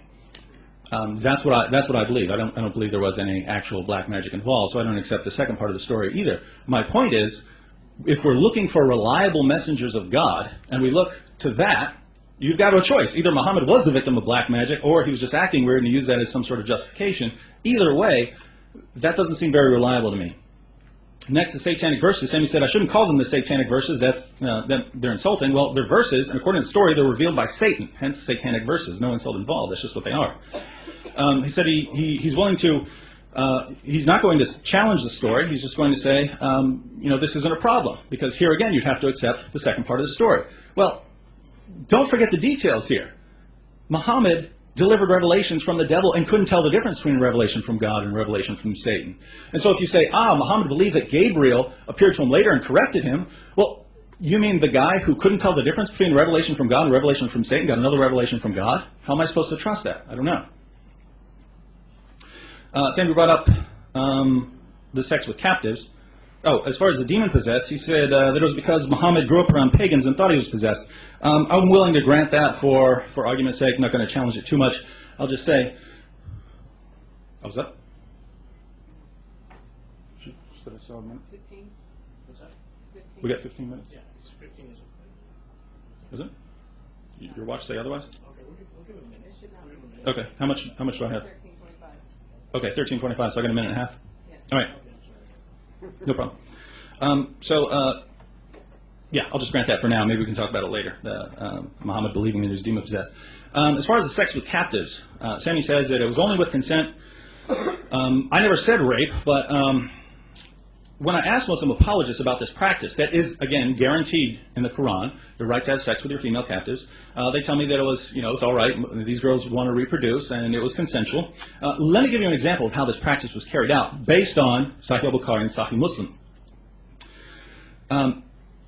When Muslims conquered Banu al-Mustalik, Muhammad allowed his men to have sex with the women they captured, even though these women were about to be sold into slavery. It's also important to note that the families of these women had just been slaughtered by the Muslims. And yet it was perfectly acceptable for Muslims to have sex with these grieving women who were about to become slaves. Now, do you think these women who were just, their country was just conquered, do you think any of them want to have sex with the people who just slaughtered their families? I would say no. And yet Muhammad said you have every right to go in there and have sex with these women who are about to be sold into slavery. I don't think that counts as consensual sex. And so I think Sami's misinterpreting Muhammad's teachings. We still have to talk about extra wives and raiding some caravans. I'm out of time, so we'll address that in the crossfire.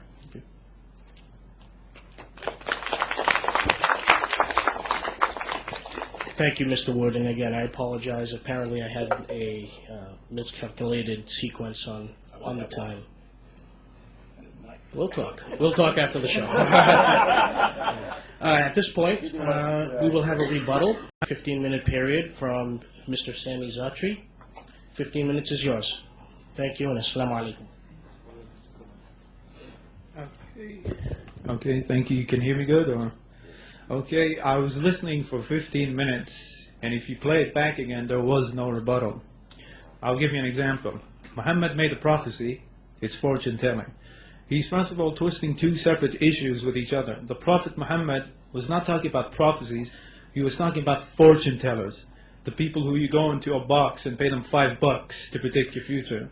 These are two completely separate things. And if you read the hadith, it's simply talking about these fake fortune tabloid tellers you see in your newspapers for Gemini or whatever, Torahs like me. So it's talking about these people, not prophets and prophecies. Secondly, the Prophet Muhammad, when he said people will construct tall buildings, he was referring to his own people. Go look in Dubai and everywhere, they only had tents. They had nothing high. In fact, a structure like this isn't even considered high at all. You go look now, and they have the tallest buildings in the world. You can't simply ignore that. What about the Hajj? The Hajj prophecy was made in the Prophet's time. Sure, a few thousand people used to go, but now we have 2 million people going. So there's a big difference. So these are fulfilled prophecies. In fact, I forgot to bring another prophecy. Remember when I told you, when the pagans were coming to attack Medina, and the Prophet dug a trench around it? There was a Persian guy. He couldn't hit a rock, it was stuck. There was a rock and he was trying to dig on it.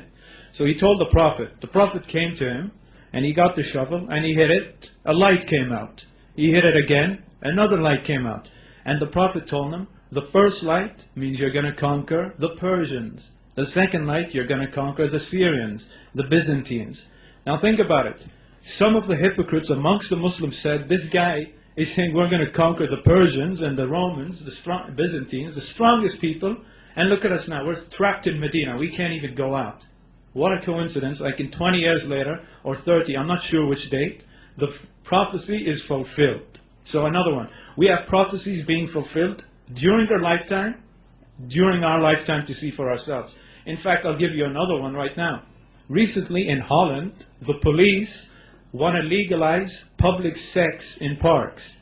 The Prophet Muhammad prophesied that one day humans will be like animals having sex with no shame in public. And this is going to happen within a few years. Another one for you to see.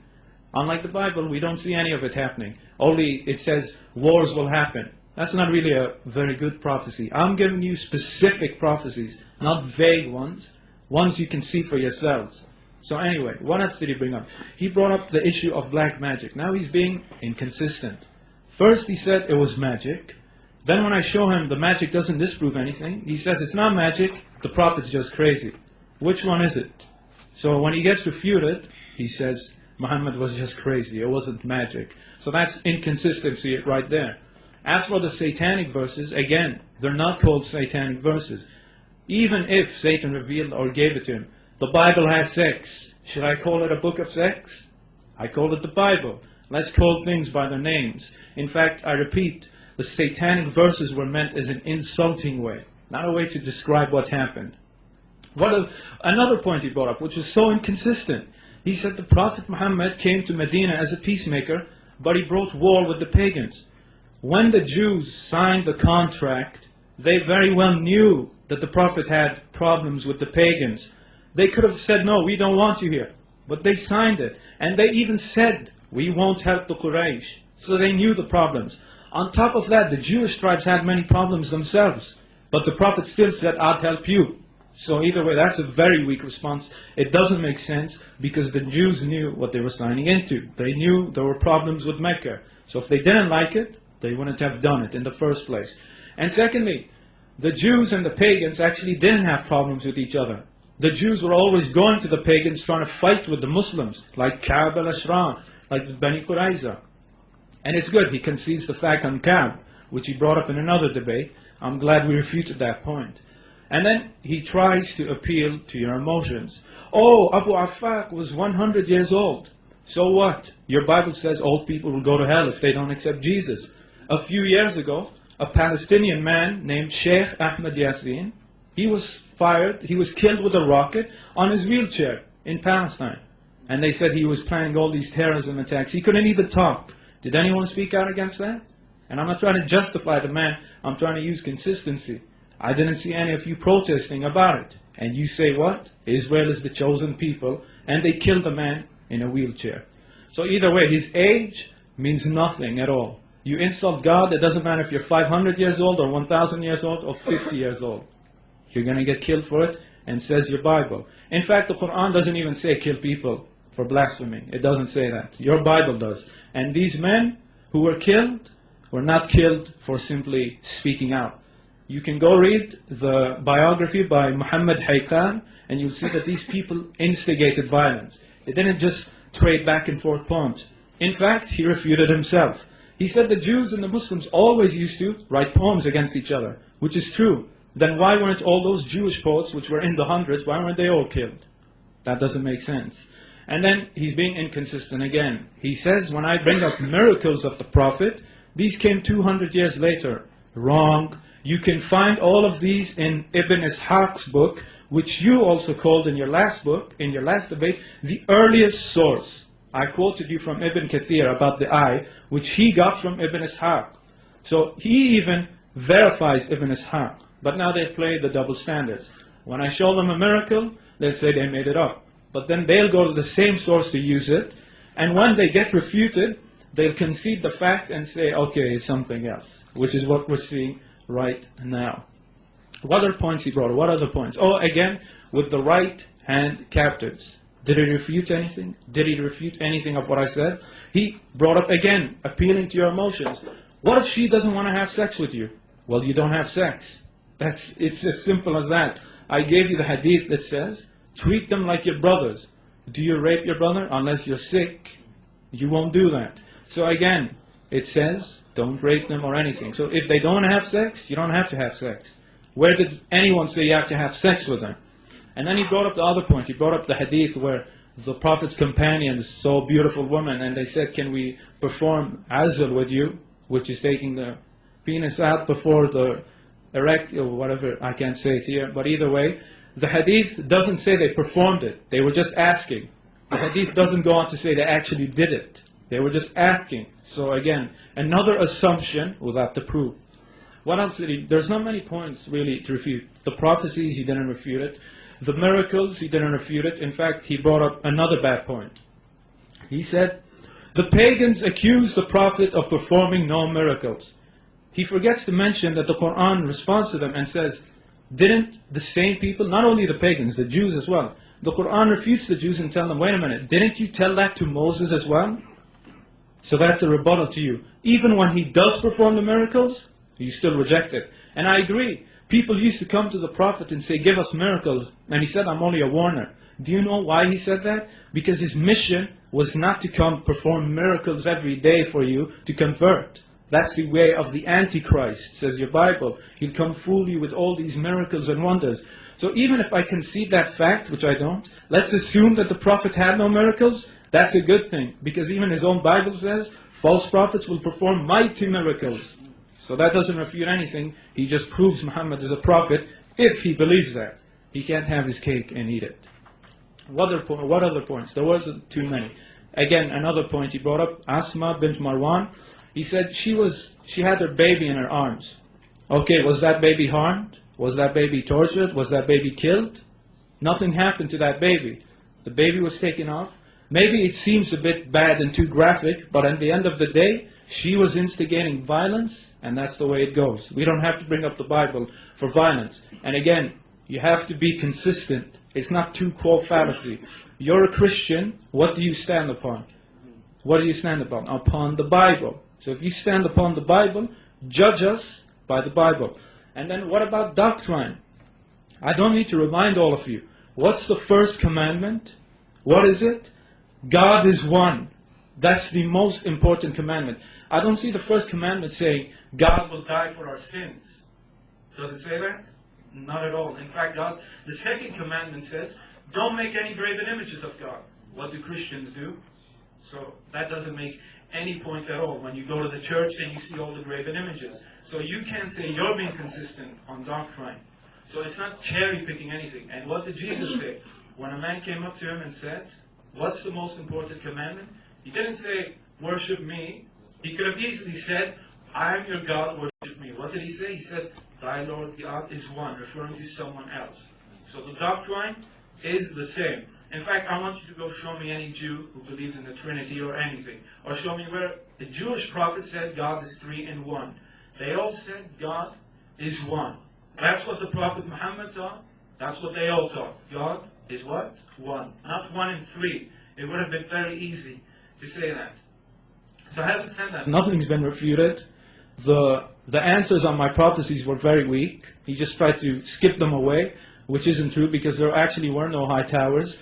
Again, go to Dubai. Just 50 years ago, they only had tents everywhere. Are those tall structures? I don't think so. He wasn't referring to Syria or Persia. He was referring to Bahrain, Saudi, Qatar, UAE, who had no buildings at all. They just had tents. So again, I don't really know what I'm supposed to refute now. I think those were all his points. Actually, I'll respond to one point which I couldn't before, about Aisha. You remember he brought up Aisha again. In the Bible, I want you to show me where the age of marriage is. It's not there. I quoted his own colleague who said the age of marriage in the Bible is at what? Puberty. Now there's a big problem when people look at the Prophet Muhammad's marriage with Aisha. Yes, she was 9, but it was a legal marriage. Her parents gave her to him, and Aisha used to love the Prophet. She even became a teacher of Islam. Does this sound like a victim to you? Please, don't impose what happens in your culture, where 50-year-old men kidnap little girls and put them in dungeons with the great Prophet Muhammad. That in itself is a straw man. So when you have a problem with this marriage, it's because of what your own culture and society has done to little girls. In fact, just 100 years ago, the age of marriage in the West was 9 years old, 12 years old. Were all your great ancestors pedophiles? Are all the non-Muslim Asian countries who still practice young marriages, are they pedophiles? Are you going to call everyone pedophiles and the West is good? We need some consistency, please. And again, I'm now arguing as if I'm arguing with a secular. He's a Christian. His Bible says what? Age of marriage is puberty, not 18, not 16, not 22. In fact, I'll give you an example. When David was sick, in his bed, who did they get to him? They got him a young virgin. Back then, young virgins were like only 14 to 12 years old. They brought him to his bed to make him feel good. I wonder how old she was. But they don't have a problem with that. So either way, he hasn't refuted that the Prophet Muhammad is a prophet. He hasn't brought up any reason why a Muslim should doubt that Muhammad is a prophet. He tried to bring up character assassination. When I say character assassination, that's the typical way of how they attack the Prophet. Oh, he killed people. Yet when we look at who he killed, they were all criminals. Oh, he allowed people to have sex with their slaves. Consensual sex, not rape. What else? Oh, the satanic verses. The same verses that the angel came to reprove him of. Oh, the magic. The angels came to cure him of the magic. But he's just insane now. First they say magic, then they say he's crazy. What else? He had no miracles. The Quran doesn't say that. And we showed you the miracles. The Bible says, no prophet by his prophecies. We show you the prophecies. He says he's a fortune teller. So how do we know Jesus made true prophecies? We have to be consistent, please. So there's really not much to refute. The arguments today were very weak. They're the same arguments that have been being thrown against the Muslims time and time again. As for the false prophecy, he claimed that a young boy came to the Prophet Muhammad, and the Prophet said, this boy, when he grows up, Judgment Day will come. Actually, he didn't say that, but let's assume he did say that. This hadith is from Sunan Abu Dawood, which has already been said as a false hadith. You know how we know that? Because the Prophet himself said, no man knows the last hour. So why would he go later and say it will happen then? Secondly, I've already responded to this hadith in my website, but I don't have it with me. But if I was able to show it to you, the Prophet Muhammad was not saying that when this kid grows up, he's going to see Judgment Day. What he meant was, when this kid grows up, Judgment Day is coming closer. When my kid grows up, Judgment Day is going to be coming closer, etc., etc. It's in that context, not the specific time frame. And now he might say, well, that's a contradiction. I'll say, no, it's not a contradiction. You have to take the hadiths in context with the Quran. He said, no man knows the final hour. So when he says, when this child grows up, what you have to put it in the proper context, which is when every day that goes by, Judgment Day comes closer. And the last point, the prophecy about Dubai and Saudi Arabia, all the tall buildings, that's a minor sign for Judgment Day. It doesn't mean it's coming tomorrow, but it's a sign that it's coming, and my time is up.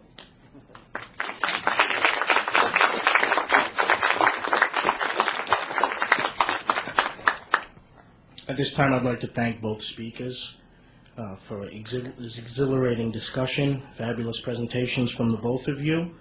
At this moment in the debate, we will go to the crossfire section. This is where both candidates will crossfire each other for 3 minutes each, and we'll do that for 5 rounds. And I believe Mr. Wood, you will be setting off the crossfire. Thank you.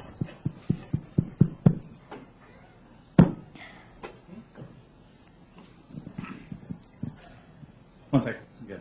We got a both. Can you see her now? Can you see her there? I think I will be able to.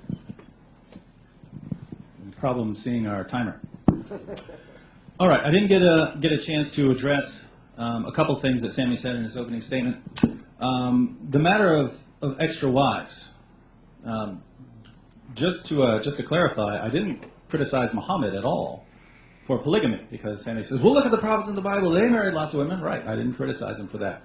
The claim I brought up was, Muhammad said, you get 4. He went to his followers and said, you get 4. And they said, but I get more. And if you don't see why that's a problem, why a prophet going out and saying, everyone can have up to 4 wives except me, I get, according to Surah 3350, as many as I want. If you don't see why that's a problem, let's say you're just not, you just don't want to see the problems. Yes, you could say, well, this doesn't prove that Muhammad wasn't a prophet. And I would say, if you're a Muslim, this isn't a tremendous issue. You just have to conclude that God wanted him to have more wives than everyone else. But you should at least try to understand why this would be something that bothers non-Muslims when they're looking for someone and saying, all right, is this person a reliable messenger of God? This is a concern if we see an inconsistency, different moral standards applied to different people. Sami said that Muhammad married these women from enemy's tribes, and this was to make peace with the enemy tribes. No, in lots of these situations, the enemy tribes had been conquered. They'd been attacked and conquered by the Muslims, and then Muhammad would go in there, and we'd hear about the most beautiful woman, and this would be taken to Muhammad. And just to give you an example, we arrived at Khaybar, and when Allah helped his apostle to open the fort, the beauty of Safiya, whose husband had been killed while she was a bride, was mentioned to Allah's apostle. The Prophet selected her for himself. So Muhammad hears about the beauty of this woman and says, all right, she's mine. Now, Sami says, well, this was to make peace with these other people. And it certainly doesn't look like that. It looks like Muhammad, and it specifically says, heard about her beauty and said, she's mine. Now, cultures, for all of history, have gone in, and once they conquer all the men, they take the women for themselves. It doesn't look like Muhammad is doing anything other than that. It doesn't look like Muhammad is saying, she's real beautiful, but I need to form some peaceful relations with these people. And think about it. His answer could really be used of anyone. I'm married. My wife is half Filipino and half white. Suppose she were my 10th wife, and I wanted to justify it. I say, I did it because I want to establish relations with Filipinos and white people, and that's why I did it. You could say that about any marriage. And so I'm not sure that this answer is entirely satisfying. Thank you, Mr.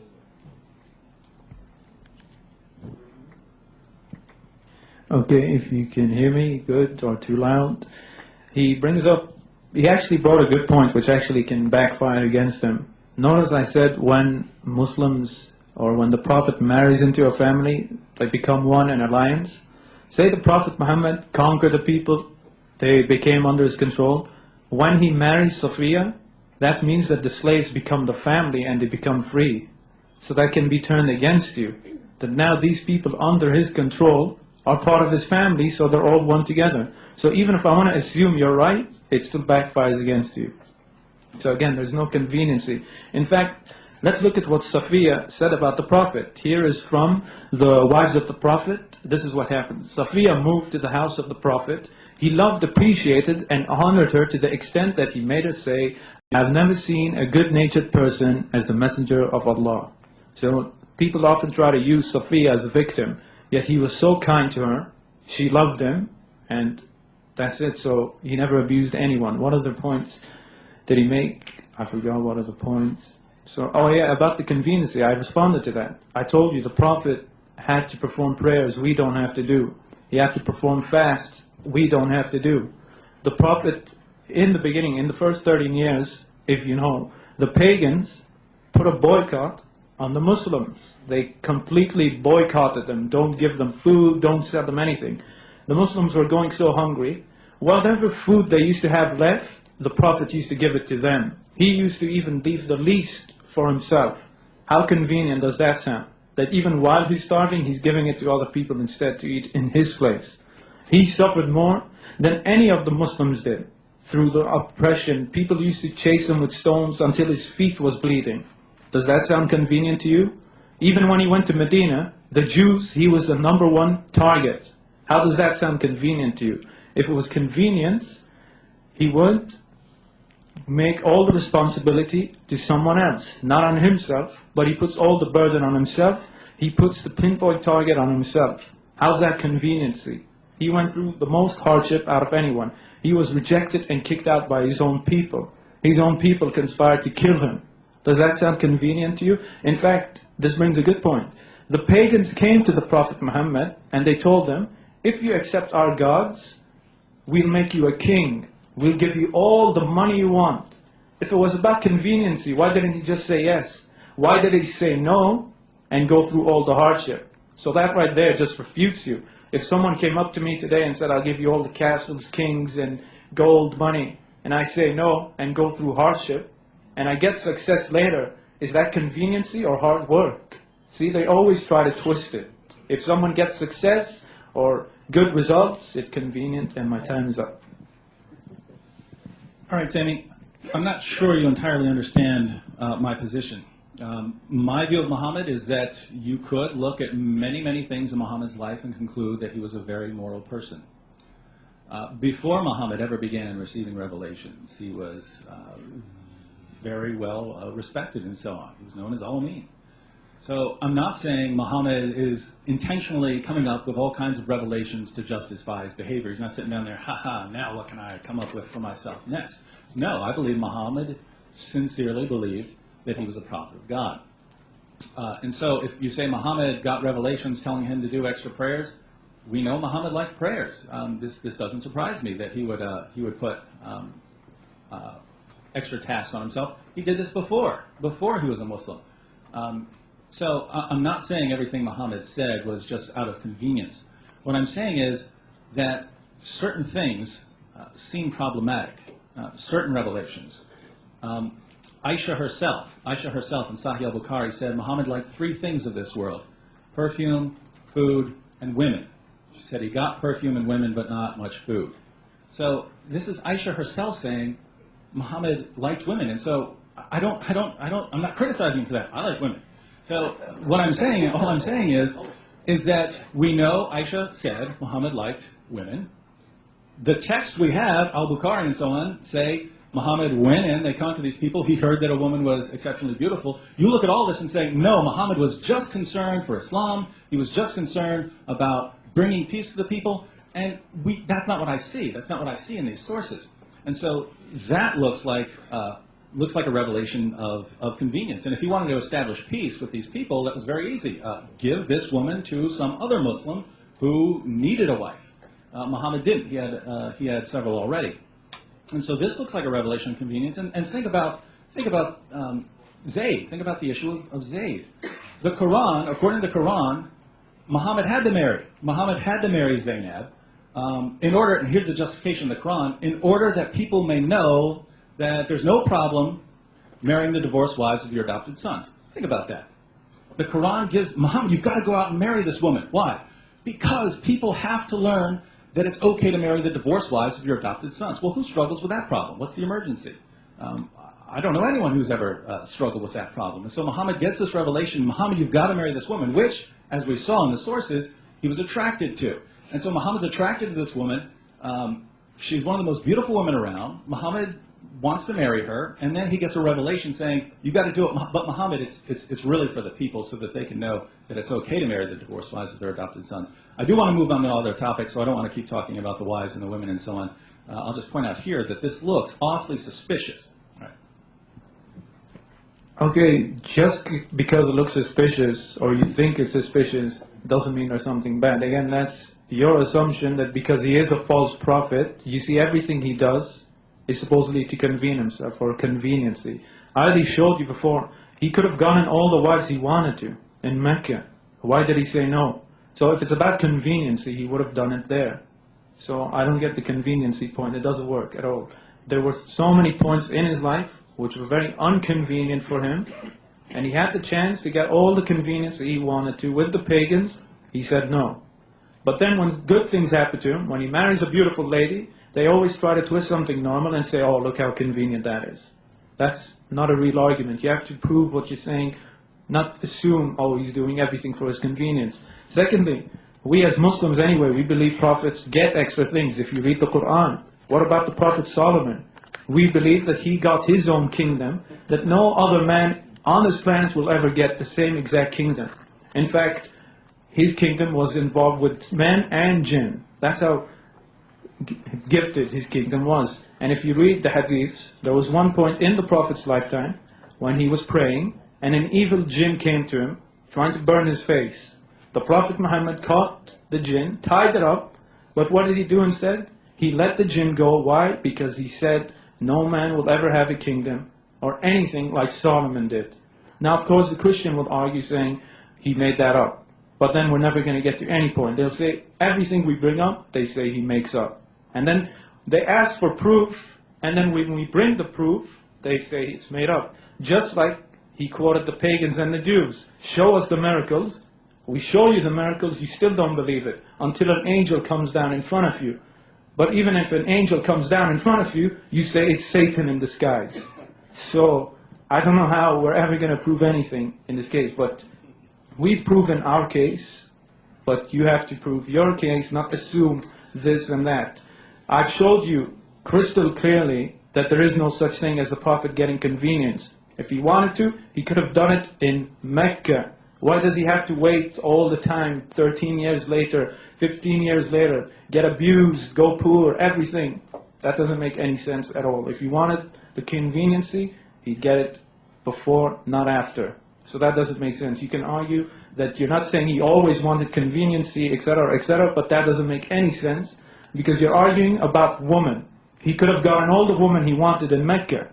Why didn't he do it then? So I'm sorry, there is no such thing as him getting married for all this conveniency, etc., etc. And secondly, he actually did bring peace to the Arabian Peninsula. Before he came, they were all fighting with each other. But after, there was all peace. They were all united. When he went to Mecca, he didn't even kill them all. And my time is up.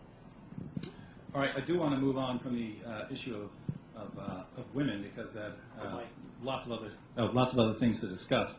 But as far as your points, you said that Muhammad could have had more in Mecca, but he didn't. Well, when he was in Mecca, he was married to Khadija. She was rich, and she was the one who invited Muhammad. It didn't seem like she'd be all too thrilled about Muhammad going out and marrying a bunch of women when she's footing the bills.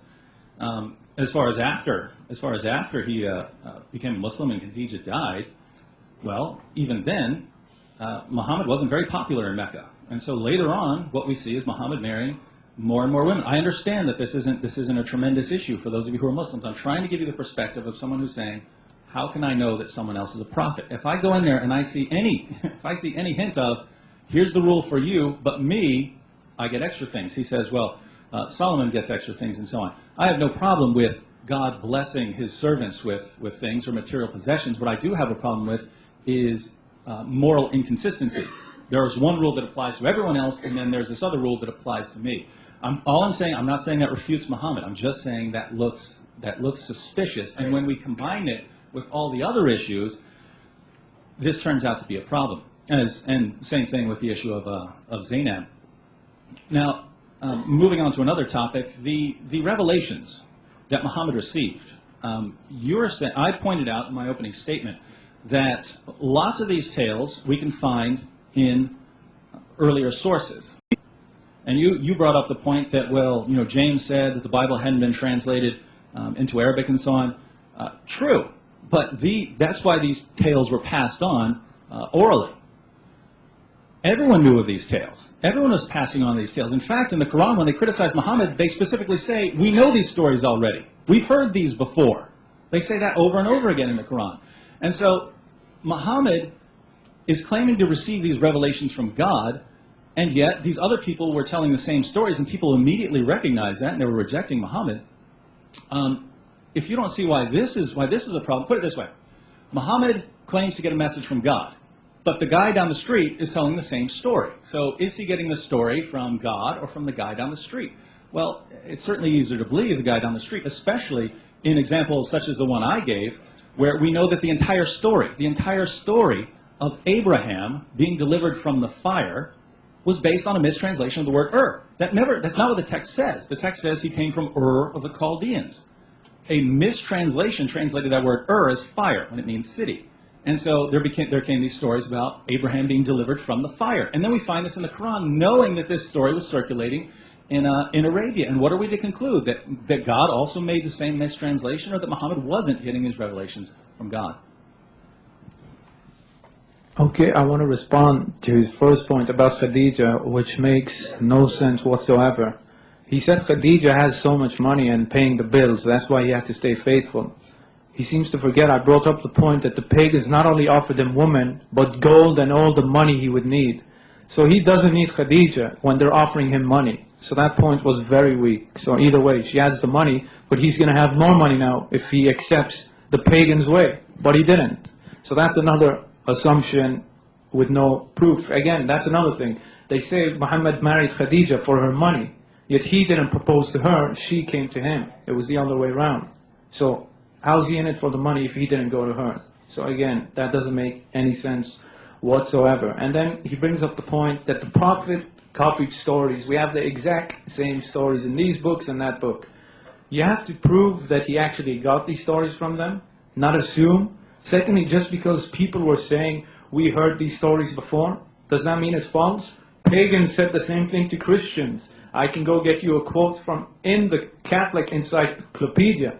The pagans used to tell the Christians, we have all of these things already. So what are you telling us? So that's an inconsistent answer. It's not the two-quote fallacy. I want consistency. Just because you might see something similar doesn't mean you copied it.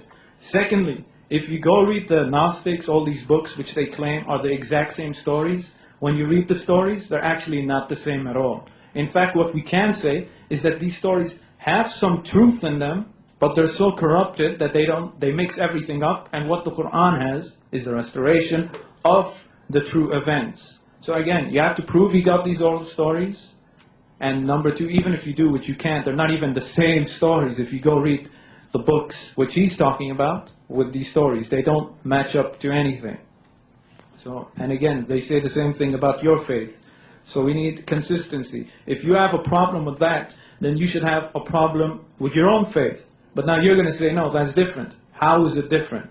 If the Prophet Muhammad is false on this, therefore your Bible is false. And again, that's not the two-quote fallacy, because I want to make sure I keep saying that in case they say I'm just trying to answer by attacking them. Remember, they're Christians. They judge the Prophet Muhammad by what? By the Bible, by the same standards of the Bible. So if we find the same arguments against the Bible, which can be thrown against it, it should be applied to them. They can't use double standards. So either way, we can throw it back more forcefully against you. Would you accept your Bible is false now because many people had similar beliefs as you? The pagans said you have the same beliefs as us? You're going to say no. and I'm going to say no to your argument, so therefore we're at a stalemate, and you don't disprove anything, while my prophecies, miracles, and doctrine still stand. So you see, this is a weak argument which goes nowhere, and my time is up. All right, just to clarify the comment about Khadijah, I didn't say Muhammad married her for money. And if you ask for my opinion, I think that was a great marriage, a very happy marriage, and I have no objections to it. The only point I was making was Khadijah wouldn't have been happy with Muhammad going around marrying extra wives, and she did have some authority there. Now, as far as getting the sources, I'm trying to get everyone to understand why someone who's not a Muslim would see this as a problem. Let's suppose I claim to be a prophet, and I say, in order to prove that I'm a prophet, I'm going to write a history of humanity that I'm getting from God. Now, let's suppose that I start writing my history. I'm writing the history of the Roman Empire, and we get to the Roman Emperor Commodus, and I talk about Commodus, and I say, then Commodus entered the ring with Maximus.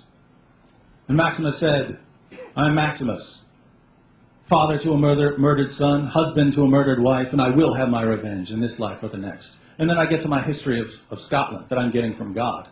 And I say, and then William Wallace said unto them, people don't follow titles, they follow courage. I'm going to pick a fight.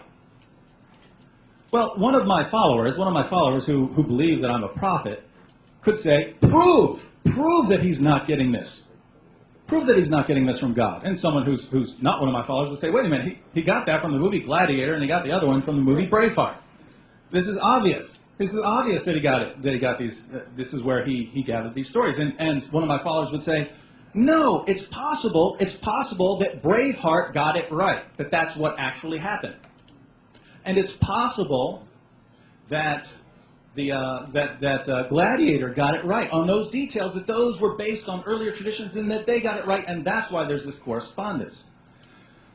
Now, you could believe that, but a person would obviously say, wait a minute, when we go to stories before Braveheart, we never find any of these details. We only start finding these details that correspond with your revelations, David.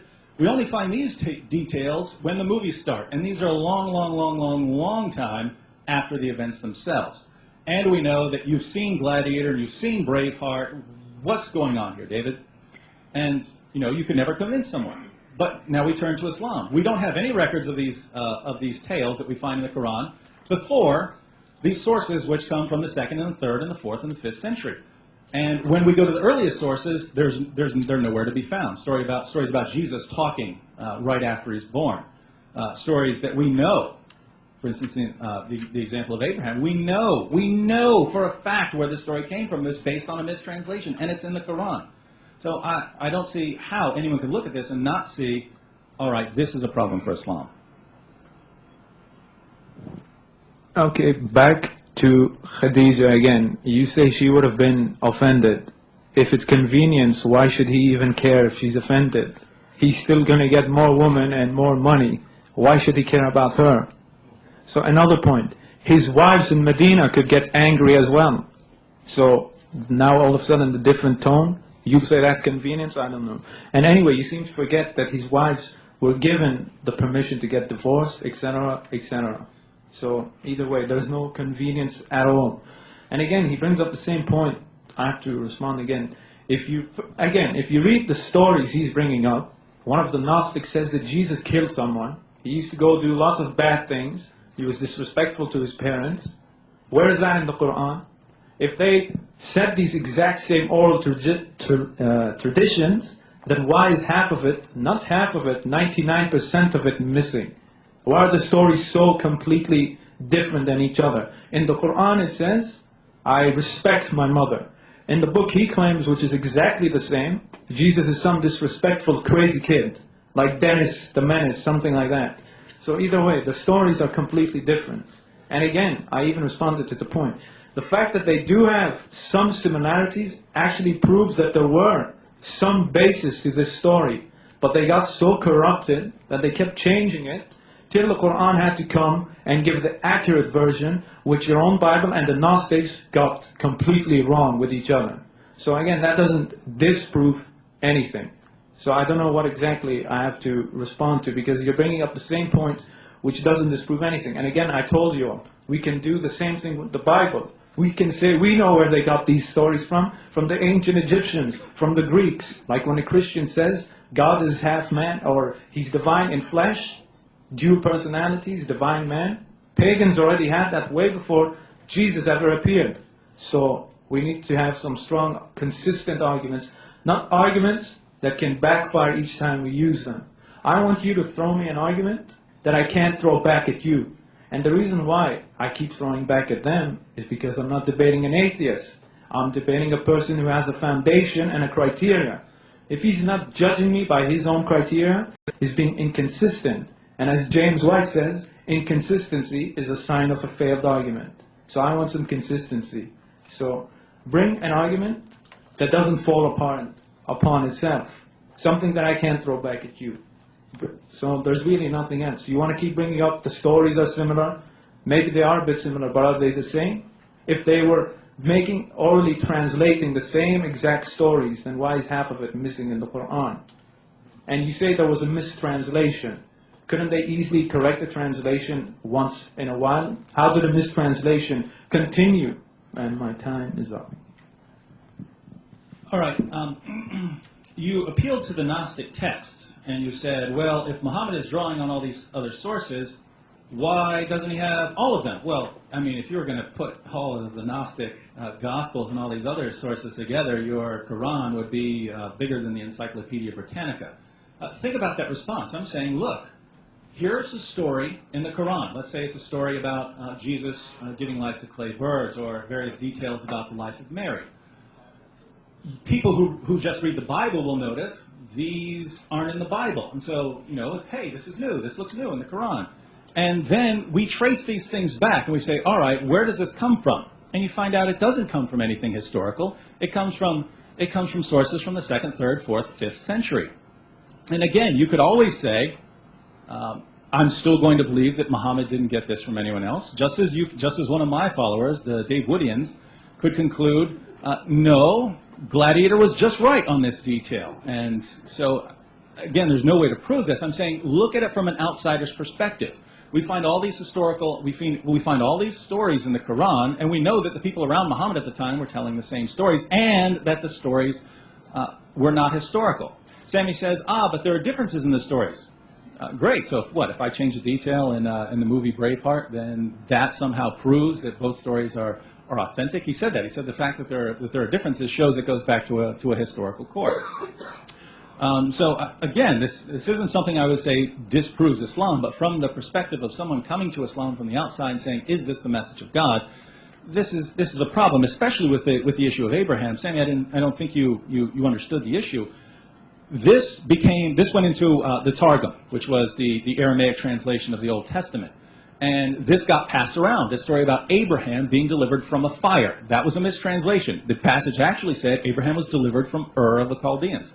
So the mistranslation said Abraham's delivered from a fire. So then this story gets passed on. Everyone's going through with this story about Abraham being delivered from the fire. And it eventually goes to Arabia.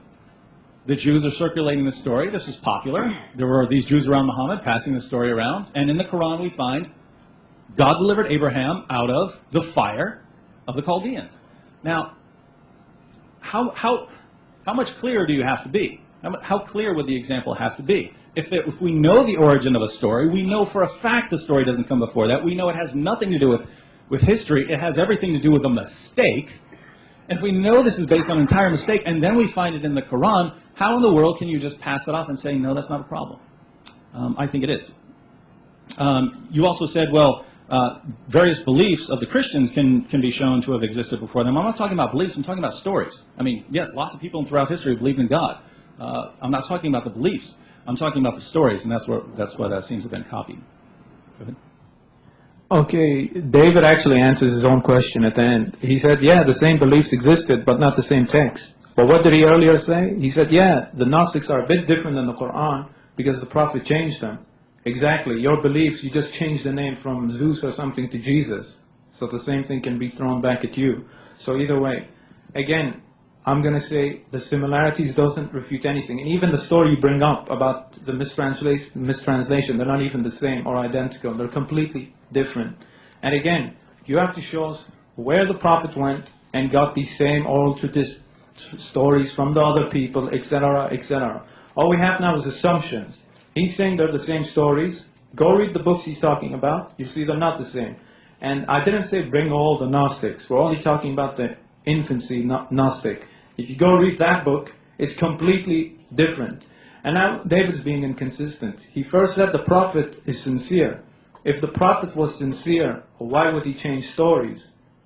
If someone's sincere, they don't change the story. They pass it along as it is. So why didn't he pass the story on as it is in the Gnostics? Why would he change it if he's sincere and if he believed he was a prophet? He would have kept the stories identical because he believes they were 100% true. He wouldn't have to change it.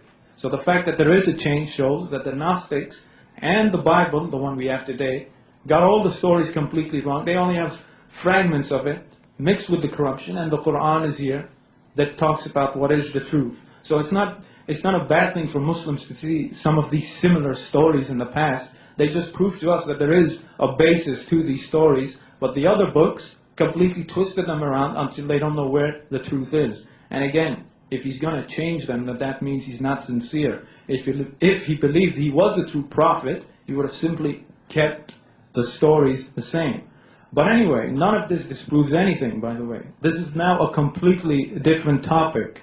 This has nothing to do with disproving if he's a prophet.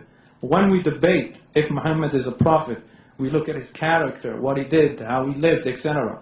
We've now been debating for, 25 minutes about issues of origin, which is a completely different debate.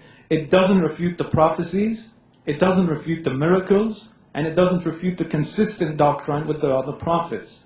So nothing of what I said has been refuted. The prophecies haven't been unfulfilled, they've been fulfilled. And according to the Bible, that's a true prophet, according to your standard. So I want to see something main with what I brought up, related to what I'm saying, refuted. Because we could talk about this topic of origin for all day long, and I can keep throwing it back against your Bible. You're going to say the beliefs are just different, or the text is just different. I'll say exactly. They just changed the names, which is exactly what they did. And I repeat it, don't forget, I told you my time is up. Was that 5 rounds or 4? Was that 5? I believe that's all. That's the end of it. Okay, that was fine. Okay. We will now move. The crossfire section of the debate is over. We will go to a 7-minute rebuttal and conclusion, so both speakers can wrap up. Each speaker will get 7 minutes. Mr. Wood will be first, followed by Sami Zaatari, and then we'll conclude and finish up. Thank you, everybody.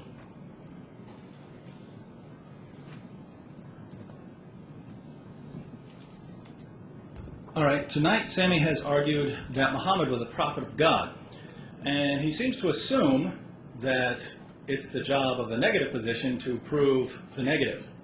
For instance, I would have to prove that Muhammad was not a prophet. Until then, we should assume that he was, based on some references saying Muhammad built large buildings. I mean, Muhammad predicted that people would be competing to build large buildings. I'm not sure that qualifies as proof that Muhammad was a prophet, and yet Sami still seems to think that that would be my job, to prove conclusively that Muhammad was not a prophet. That's not how it works. You're making thousands of people throughout history have claimed to be prophets. We have to be very careful about who we listen to. If we're not careful, we're going to end up with some bad information about God. We're going to end up not worshiping God in spirit and in truth. And so we have to be critical, especially when we see Muhammad coming along and having differences with previous revelations and so on. So we have to be careful here, and we ask, all right, how can we know that Muhammad is a prophet? And we saw all kinds of problems. First, there are historical problems. Muhammad said that Jesus wasn't killed and wasn't crucified, for instance. History shows that Jesus was killed and was crucified. Muhammad tells us stories that are remarkably similar to stories that we find in known forgeries and other historically inaccurate accounts. Sami says we have to prove that Muhammad got these. Look, if the only source of these stories is these forgeries, and we know that these were circling in Medina and so on among the Jews, and Muhammad tells these stories, which we know cannot be historical, that's a problem. That's a historical problem. You could say, well, you know, it doesn't conclusively disprove Islam. I'm not saying it does. I'm saying it's a problem. Especially when we consider the examples like the account of Abraham being delivered from the fire, which again was based on a mistranslation of the word And I would say that the entire Muslim apologetic approach to history has some problems, but no time for that now. Second, there are philosophical problems. Tonight, I think we've seen a good degree of circular reasoning in a lot of the arguments used. It seems that, again, we assume that Muhammad is a prophet from the beginning, and then when we go and evaluate all the arguments, we evaluate it based on that assumption. For instance, when we consider Muslim doctrine, he appealed to doctrine. He said, but Muhammad was consistent with the first commandment and with the second commandment. Great, but the original claim you made was that Muhammad was consistent with all the former revelations, all the former messengers. And no, he's not. And you can only say that by looking at the Bible through your Muslim glasses and throwing out everything that agrees with you. And then, of course, everything's going to match up once you've thrown out everything that doesn't agree with you. So that's circular. And we've seen the repeated use of the tu quoque fallacy. I want to point something out. In what context did I bring up these moral issues, for instance, about Aisha, or about the sex with female captives and so on? I brought it up as a response to a Muslim argument. The Muslim argument goes like this. Look at the life of Muhammad. And Sami just said it a moment ago. We look at Muhammad's character. This is an appeal to people's moral sense, saying, if you just look at this man, you can see he's so wonderful, he must be a prophet. The only point I was making by those issues, if you want to say that you know, this was a different culture, different rules back then, fine. I'll grant that for now. All I'm saying is that particular argument fails because you're appealing to people's moral sense, and people don't think these things are right anymore. So the only point of that was saying that argument fails, just like the argument from literary excellence fails. I never got a response to that. And the scientific argument fails. So the main arguments for Islam all fail, and the other arguments we've seen, he brought up the predictions of the future. Think about what Muhammad said again. His followers said to him, these people are predicting the future and they're getting it right. Is this evidence? Muhammad said, no, this is no evidence at all. They could have gotten that from a jinn. And Sami says, well, those were foretellers, those were fortune tellers, not prophets. They were still predicting the future and we're getting it right. And Muhammad says, this is no evidence, you could get it from a jinn. So even if Muhammad had predicted the future, according to Islam, according to Muhammad, that would not be evidence at all. And yet Sami says it is evidence going against his prophet. Third, there are spiritual problems. Muhammad's first impression of his revelations was that he was demon-possessed. His experience in the cave caused him to become depressed. Muhammad delivered revelations promoting polytheism, and he blamed these revelations on Satan. Muhammad was the victim of a magic spell, and he blamed this spell on the Jews. All of this is in the earliest Muslim sources. And I just have to ask, how can we place our complete trust in a man who delivers revelations from Satan? And Sami says, you know, I'm being inconsistent and so on. I changed my story. I said from the very beginning, I don't know what to do with these sources. All I'm saying is I can't trust Muhammad based on them. And so I'm never saying that Muhammad was actually a victim of black magic. So I'm not being inconsistent at all. But if we're looking at Muhammad and saying, is he reliable, these are certainly problems.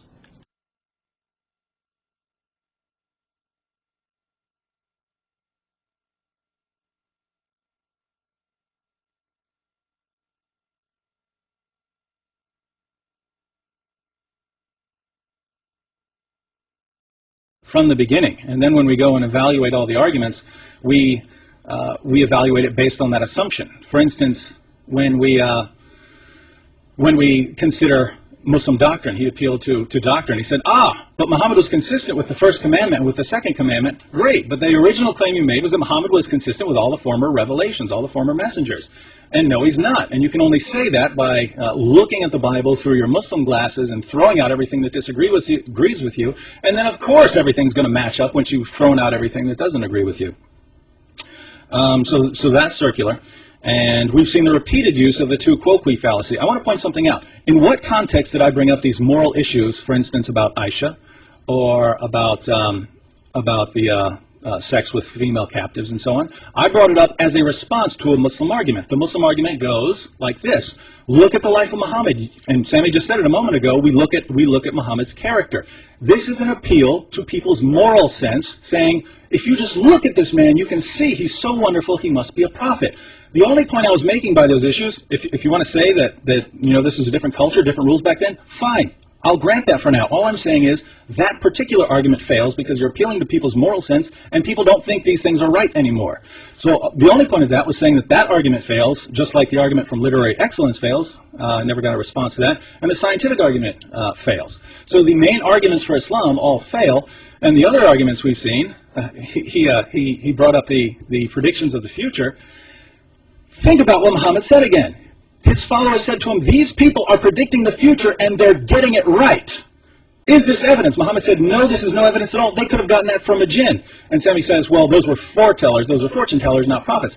They were still predicting the future and were getting it right. And Muhammad says, this is no evidence, you could get it from a jinn.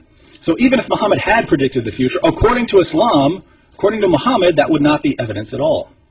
And yet Sami says it is evidence going against his prophet. Third, there are spiritual problems. Muhammad's first impression of his revelations was that he was demon-possessed. His experience in the cave caused him to become depressed. Muhammad delivered revelations promoting polytheism, and he blamed these revelations on Satan. Muhammad was the victim of a magic spell, and he blamed the spell on the Jews. All of this is in the earliest Muslim sources. And I just have to ask, how can we place our complete trust in a man who delivers revelations from Satan? And Sami says, I'm being inconsistent and so on. I changed my story. I said from the very beginning, I don't know what to do with these sources. All I'm saying is I can't trust Muhammad based on them. And so I'm never saying that Muhammad was actually a victim of black magic.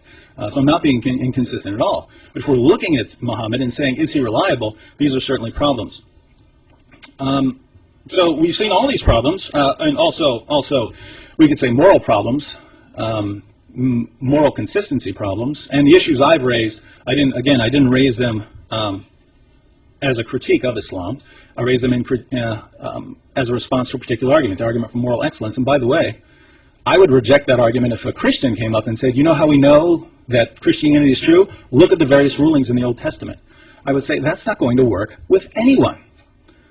Get rid of that. You better come up with a better reason for that, why people should believe. And so this is the context. I'm being completely consistent in how I apply my principles. And what evidence have we seen to outweigh all these problems? Scientific insights, that's the standard argument. But we've seen there are multiple problems with this. And if we're going to make scientific accuracy the criterion of truth, then that doesn't go well for Muhammad. And so we have the fulfilled prophecies, according to Sami, which again I thought were remarkably weak, but even so, Muhammad said they're not evidence. We have the doctrinal consistency, which again was circular. And so what evidence have we seen for Islam? Claiming that someone is a prophet or God's last and greatest prophet is a very serious claim. And saying, well, he said that there were going to be buildings, what in the world? Especially when he said, no, that's no evidence. He himself said that. So these are all problems, and so I just say, I think all of my arguments that I made at the beginning are still standing, and I haven't seen any convincing argument for the prophethood of Muhammad, and so I can still say with a clear conscience, Muhammad was a false prophet.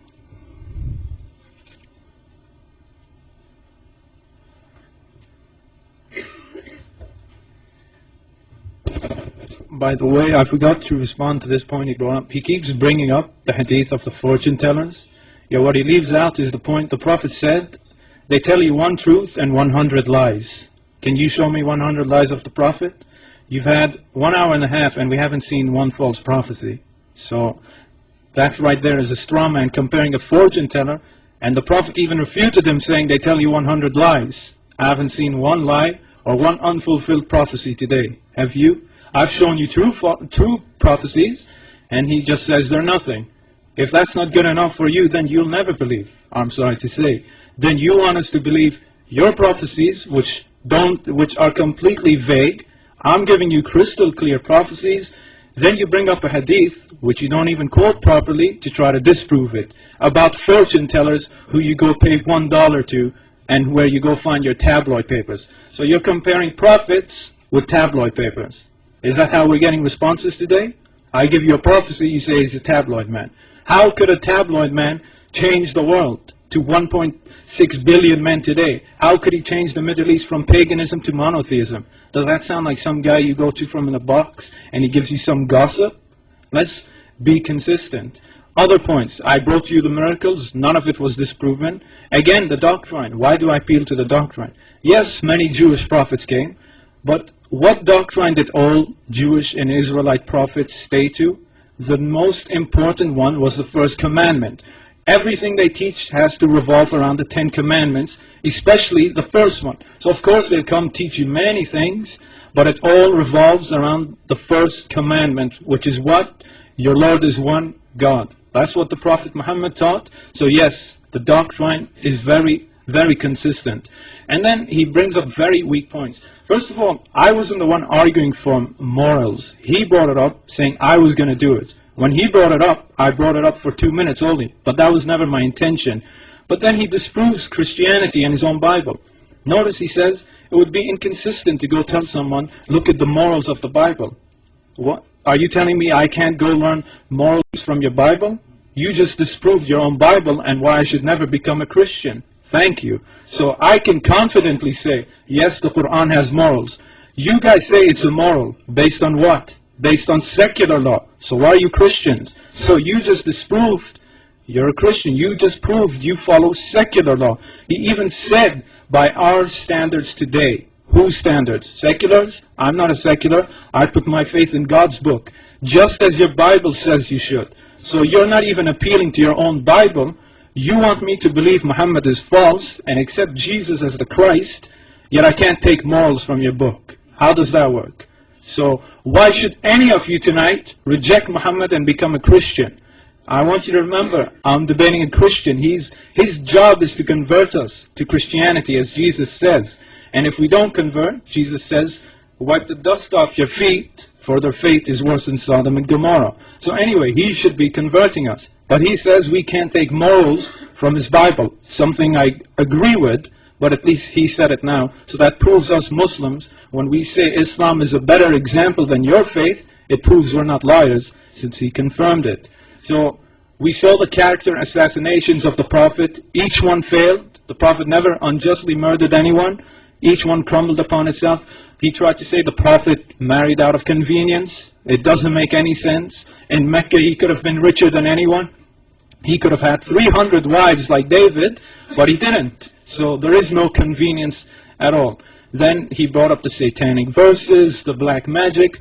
Go watch this debate again. At the start of the debate, he said magic. Then he changed his mind and said, no, it's not magic. He's just crazy or something. He has mental problems. After I showed him, the angels came to cure him. So that's the way Christians like to work. They like to show you bad things, but then when you show angels coming to help him, they change their stance and say, I didn't mean magic, although he said magic. And so either way, nothing has been refuted. There is no reason why any of you should reject the Prophet Muhammad based on your Bible. If you're a secular, we can debate another day. And I'll show you why Islamic law is better than secular law. So tell me as a Christian why you should reject Muhammad based on your biblical standards. You can't. Because everything he argues against is actually not on the Prophet Muhammad, but on his own Bible, not against us. And again, they like to say it's the two-core fallacy. Do you know why? They want to get away with all the problems in their own book, and just they want to throw everything against us. But I'm not going to allow that inconsistency, because I'm debating a Christian, not an atheist. In fact, this is becoming a huge problem for Christians. Christians hear all these arguments against Islam, war, sex with slaves, etc., etc. Then they read the Bible, and they see the same thing, and they're like, I thought we're against this. And they become atheists. And I can show you many of these Christians. I know a Christian who used to defend Christianity by his heart. He became an atheist overnight after he examined every argument thrown against Islam can be thrown back against Christianity more forceful. So his method today, the method he threw at Islam, actually makes Christians atheists, because they see we have nothing in the Bible. Everything we argue against is in our Bible. I don't have to do that. I'm proud of my book. I say morals come from it. I say there's nothing wrong with it, and I say there's no reason why you should reject it. You haven't given me one single reason to reject it. So I've shown you the prophecies, the doctrine, the miracles, everything. Did he refute anything? He brought up the hadith, fortune tellers, which say 100 lies and one truth. He didn't bring up a false prophecy. So we've proved today that Muhammad is a prophet. No proof was given that he wasn't a prophet. Nothing at all.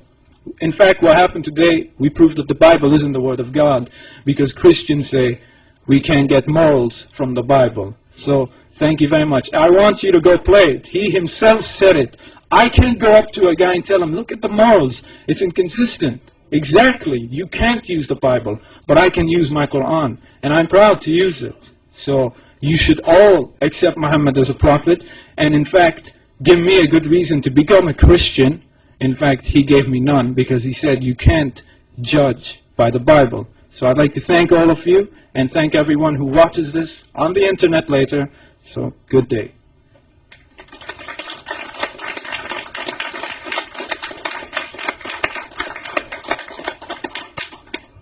We've now come to the conclusion. I would like to thank everybody who joined us today, and I'd like to especially thank both of our speakers for excellent presentation.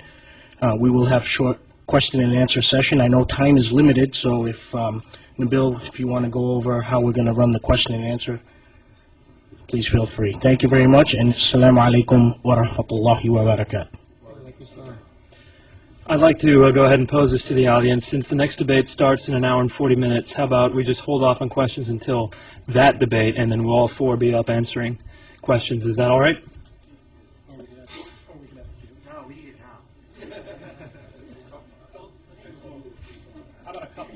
All right, we will answer questions until 5:30, so we'll have 1 hour and a half for dinner. So we will take a question if anyone wants to come up. And the question should be brief. The answers will take, since we don't have too much time, 1 minute from each side. You're going to moderate the Q&A? I'll moderate the Q&A.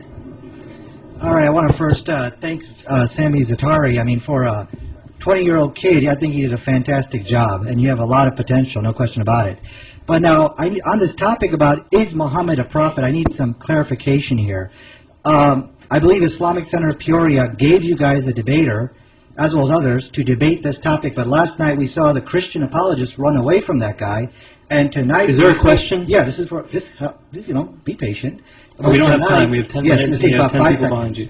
Tonight we're seeing David Wood debate a kid, a high school or a college kid. So my question for you is, can you see from a Muslim perspective how silly you look doing this? Sami is very popular. He hasn't done a public debate David, before. I would ask you to refrain from answering that question. It wasn't a question, and now acts like that are going to exclude you from question-answer sessions in the future. I do want to say one thing. Nadir, I will debate on the Prophet of Muhammad. I'll debate anyone on the planet you can get. So I'm open. And I would also like to respond that David is also a college student, so you're not responding. Next question, please. According to the teachings of Islam and the principles of Islam, we Muslims, we believe that there's only one God, and we believe in Jesus, and we believe in the Torah, the Zabur, the Injil, and we believe in Furqan, the Quran, as the same message. So, according to the book of St. Luke, chapter 24, verse 25, Jesus himself speaking, "O fools, and slow of heart, to believe all that the prophets have spoken." It says all that the prophets have spoken. And then the Quran comes right back and says, our same God says, "Make no distinctions between my messengers," meaning prophets. Now, Mr. David Wood, please explain how Jesus, what he says and what the Quran says is an opposite. Well, you just said that you believe in the Torah and the Injil. I'd say where? Which Torah, which Injil? You have no clue what you're talking about with the Torah and the Injil, because they don't, according to the standard claims by Muslims, they don't exist anymore. The ones we have today have been completely corrupted. And so you're bringing up a quotation from Luke, and you said, we agree with the Injil. Well, the Injil that we have today says that God so loved the world that he gave his only begotten Son. It says that Jesus died for our sins. And so if this is what the Bible says today, and you're saying we don't agree with that, you don't agree with what the Bible says, then you don't agree with what the Injil says. And again, you can only get around this by being circular and by presupposing that Islam is true. Sami, did you want to respond? Okay, next question, please. Okay, all right. My question is this. Could you please respond to your double standard and your hypocrisy, as you mentioned, as a Christian? The same, like you said, the same things that you throw at the Prophet, peace be upon him, about Islam, in your Bible, the Old Testament, and please don't use that's the Old Testament argument, because in Timothy, Paul says, all scripture is inspired by God and useful for doctrine, reproof, etc. Okay? Based on that, then, your Bible talks about, in the book of Deuteronomy, the book of Numbers, wiping out everybody, men, women, and children. You criticize this incident with this woman, Asma, and that she was killed in front of her kids, yet your Bible condones the killing of the children themselves. So you can't get away, and please, again, don't use that's the Old Testament, because Paul said in Timothy, all scripture is inspired by God and is useful for reproof. So could you please respond to this double standard? That was a lot. Can I get like 2 or 3 minutes for that? No, you got 1 minute. Sorry. I can't respond to it in 2. You got 1 minute. I'm sorry. Unless you want to give him your minute. Okay, Could so 1 minute we each. have 2 and 1? 2 and 1? No, 1 minute each. 1 minute each. Come on, David. All right, as far as the inconsistency, I've never seen a Muslim on the planet who seems to have any desire to understand that Christians believe in different covenants. We have a covenant in the Bible with Adam. It's in the Bible. It's not a covenant that I'm under. We have a covenant with Noah. It's a covenant in the Bible. It's not a covenant, an agreement that I'm under. We have a covenant with Moses, in which case we have the Mosaic Law. It's not a covenant that I'm under. I am under the covenant of Jesus Christ. As far as Christians are told, we're told to love one another, to love our enemies, to pray for those who persecute us. That's how we're told to act. Now you want to say, well, don't bring up the fact that it's in the Old Testament. Why not? Of course I believe that this is inspired by God, but the problem for Christians when we talk about the Old Testament is, given the fact that in the revelation we're given, God is so loving and so kind, how do we account for these things, this violence and so on in the Old Testament? And it's certainly something very important, something to think about. But that's different from the problem that we find in Islam, which is your final revelation said, kill the infidels and so on. So we're not in the same boat here on this one. All right, go ahead. Okay, first of all, I challenge any Christian to show me where in the Bible it says don't kill women and children, New Testament included. He just said the Quran says kill the infidels, yet Muhammad on Abu Bakr used to say don't kill women and children. The Quran even says don't transgress the limits. So again, the Quran does not say just go kill infidels and everything like that. The Muslims even refute them. When we took over Mecca, the Prophet didn't slaughter all the pagans as he could have done. They were even fearful he was going to do it, but he didn't. Now, let's assume Christians don't have to follow the Old Testament anymore. Does that matter? It still happened, people. The Old Testament, as Christians believe, isn't fairy tales. It's exact history. It's like what the Nazis did, and then 2,000 years later they come with the doctrine of peace and love. Are you going to accept that and say, oh, we believe God did that before and he's all loving, now he's changed? You have to be consistent. If it's wrong then, it's wrong now. It can't be wrong before and then all of a sudden you come saying, love your neighbor and everything, and my time is up. Thank you. Next question. To preface my question, I'm a Bible-believing Christian. One thing I have is 100% absolute assurance of where I'm going to go. My question to you, sir, is the Quran states that Allah can mislead whoever he wishes to mislead in about 6 places, I believe. So my question to you, how do you know that you're not being misled? Or how does any Muslim know that they're not being misled? Okay, but did you never sin today? Are you a perfect man? No, sir. My sins are covered by the blood of Jesus Christ. Actually, your Bible says if you have one sin, you're going to hell, and you're worthy of death. So again, and he said, am I misled? No, I'm not misled. But anyway, what's wrong with misleading? Jesus told his disciples, I speak in parables, so the disbelievers won't understand, and so they won't have salvation. So how do you know you're not confused by Jesus' parables? So I can use the same thing on you. And secondly, God only misleads the people who have closed hearts, who don't want the truth. Like all of us here today, We're not stubborn people. We're talking like rational human beings. So he won't mislead people like us. He'll mislead people who don't want the truth, who keep mocking, insulting, no matter what you say to them. So there's a difference. That's the context. He only misleads crazy people who, no matter what you do, will not believe you. And anyway, Jesus said he spoke in parables, so the people wouldn't understand him, the disbelievers. The parables weren't to mislead anyone. Let's just clarify that. But I think he brought up an interesting question because, well, Sami responded by saying God only misleads people who are bad and so on. Think about the crucifixion of Jesus. According to the most standard Muslim belief, Judas was actually crucified. God disguised Judas to make him look like Jesus. And so God tricked everyone into believing that Jesus was crucified when Jesus was never crucified. And that this deceived the Jews. Okay, so maybe Sami would say, but these Jews were bad and wanted to be deceived.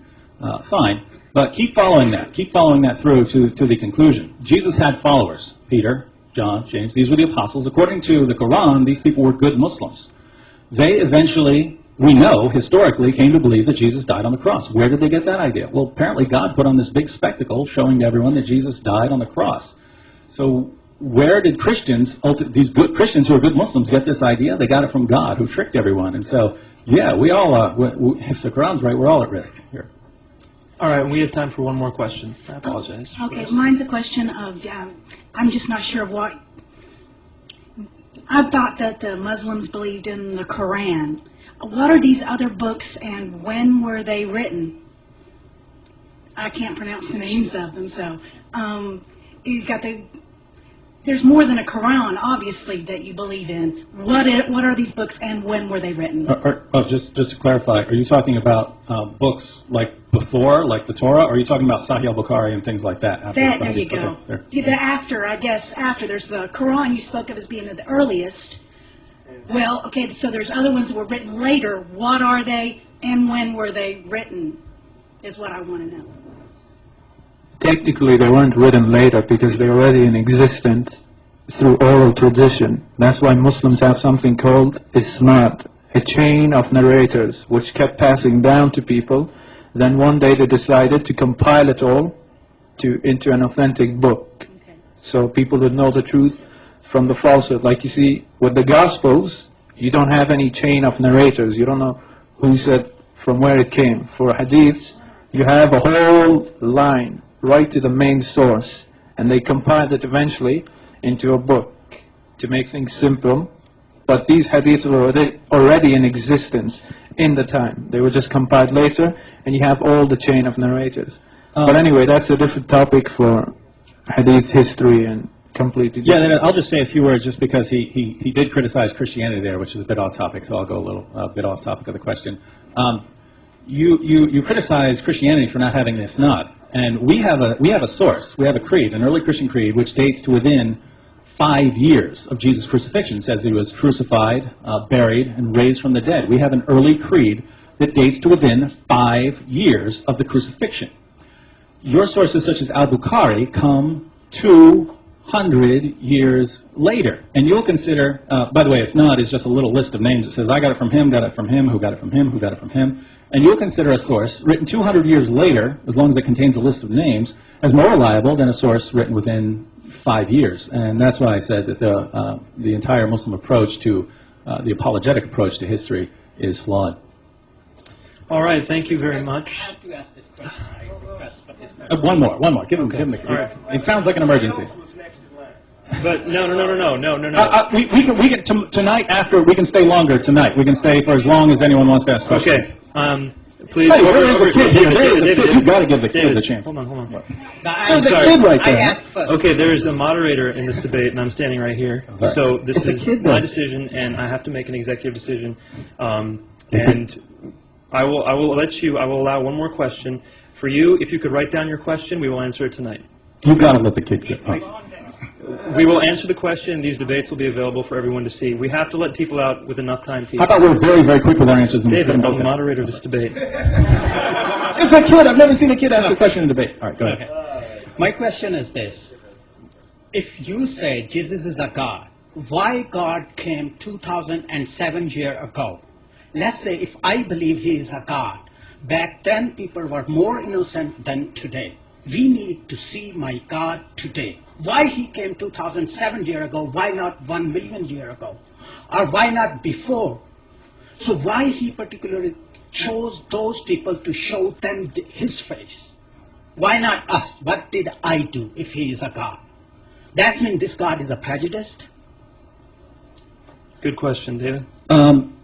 No, I mean, you could ask that same question no matter when God. If God came now, you could say, why not to the people 2,000 years ago? Why not to them? They were open. They wanted to hear the truth. So you could ask that.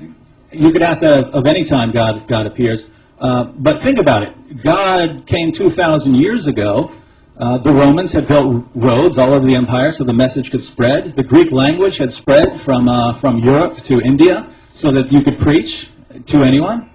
And so God brought it then, and it's ultimately come down to us so that now you do have the truth. It's not like God has left you completely in the dark. God has given you his revelation, and if you examine it, I think you'll find that Jesus did rise from the dead, and he did claim to be divine.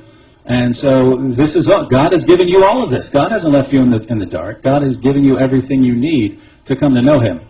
But that's just you saying, how do I know? Oh, well, we'll come to the debates tomorrow. We're going to talk about that. And later tonight, they're going to talk about the case for Islam versus the case for Christianity. Yeah, this debate wasn't about Christianity at all. This was about Islam. Okay, I felt really heartless after I told him I couldn't. You looked heartless, so he's going to ask a question. David Wood, why did you choose to speak so much about women? In my opening statement, I didn't, but the way it came out, that's just the way it happened. As far as women are concerned, I think this is an important criticism. I think the spiritual issues are important. I think the moral issues, in general, all the different moral issues, I think they're all important. But again, I use them to respond to a Muslim argument that's based on the character of Muhammad. And by the way, I never said that we can't get morality from the Bible. I'm just saying, as far as basing an argument, you have to be. I'm a philosopher. All I do is examine arguments all day. I examine premises. And if you're appealing to people's moral sense, in an argument, you have to have an argument that's going to work. And that argument would not work for Islam, and it wouldn't work if you argued on certain passages from the Old Testament, it wouldn't work either. And so I would reject both. Sorry, I went off topic, but I thought I had to say that. Okay. Sami? I disagree with him. You can go to the Quran and just say the morals are there and argue on it. You can do that with the Bible. And anyway, that's a good point by the kid. Always in debates, for some strange reason, they're always bringing up women, sex, all these crazy arguments, I don't know from where. And it is becoming a bad habit, which you can't find anywhere in the hadiths, but they always bring it up, I don't know from where. So that's all I have to say. But it's good the kid noticed it. All right. Thank you so much for all your questions and your attention during this debate. I would like to announce that CG, I believe, in the blue shirt, is collecting the surveys. So if you can hand them to him, that would be great. If not, you can just leave them right outside. There's a little pedestal-type area right outside this room. In addition, I wanted to announce that at 7 o'clock we will be starting the next debate, and that debate is between two converts, I myself and Shadid Lewis. We will be debating the case, a general debate on the case for Islam versus the case for Christianity. So please make it out, invite your friends. See you in an hour and a half.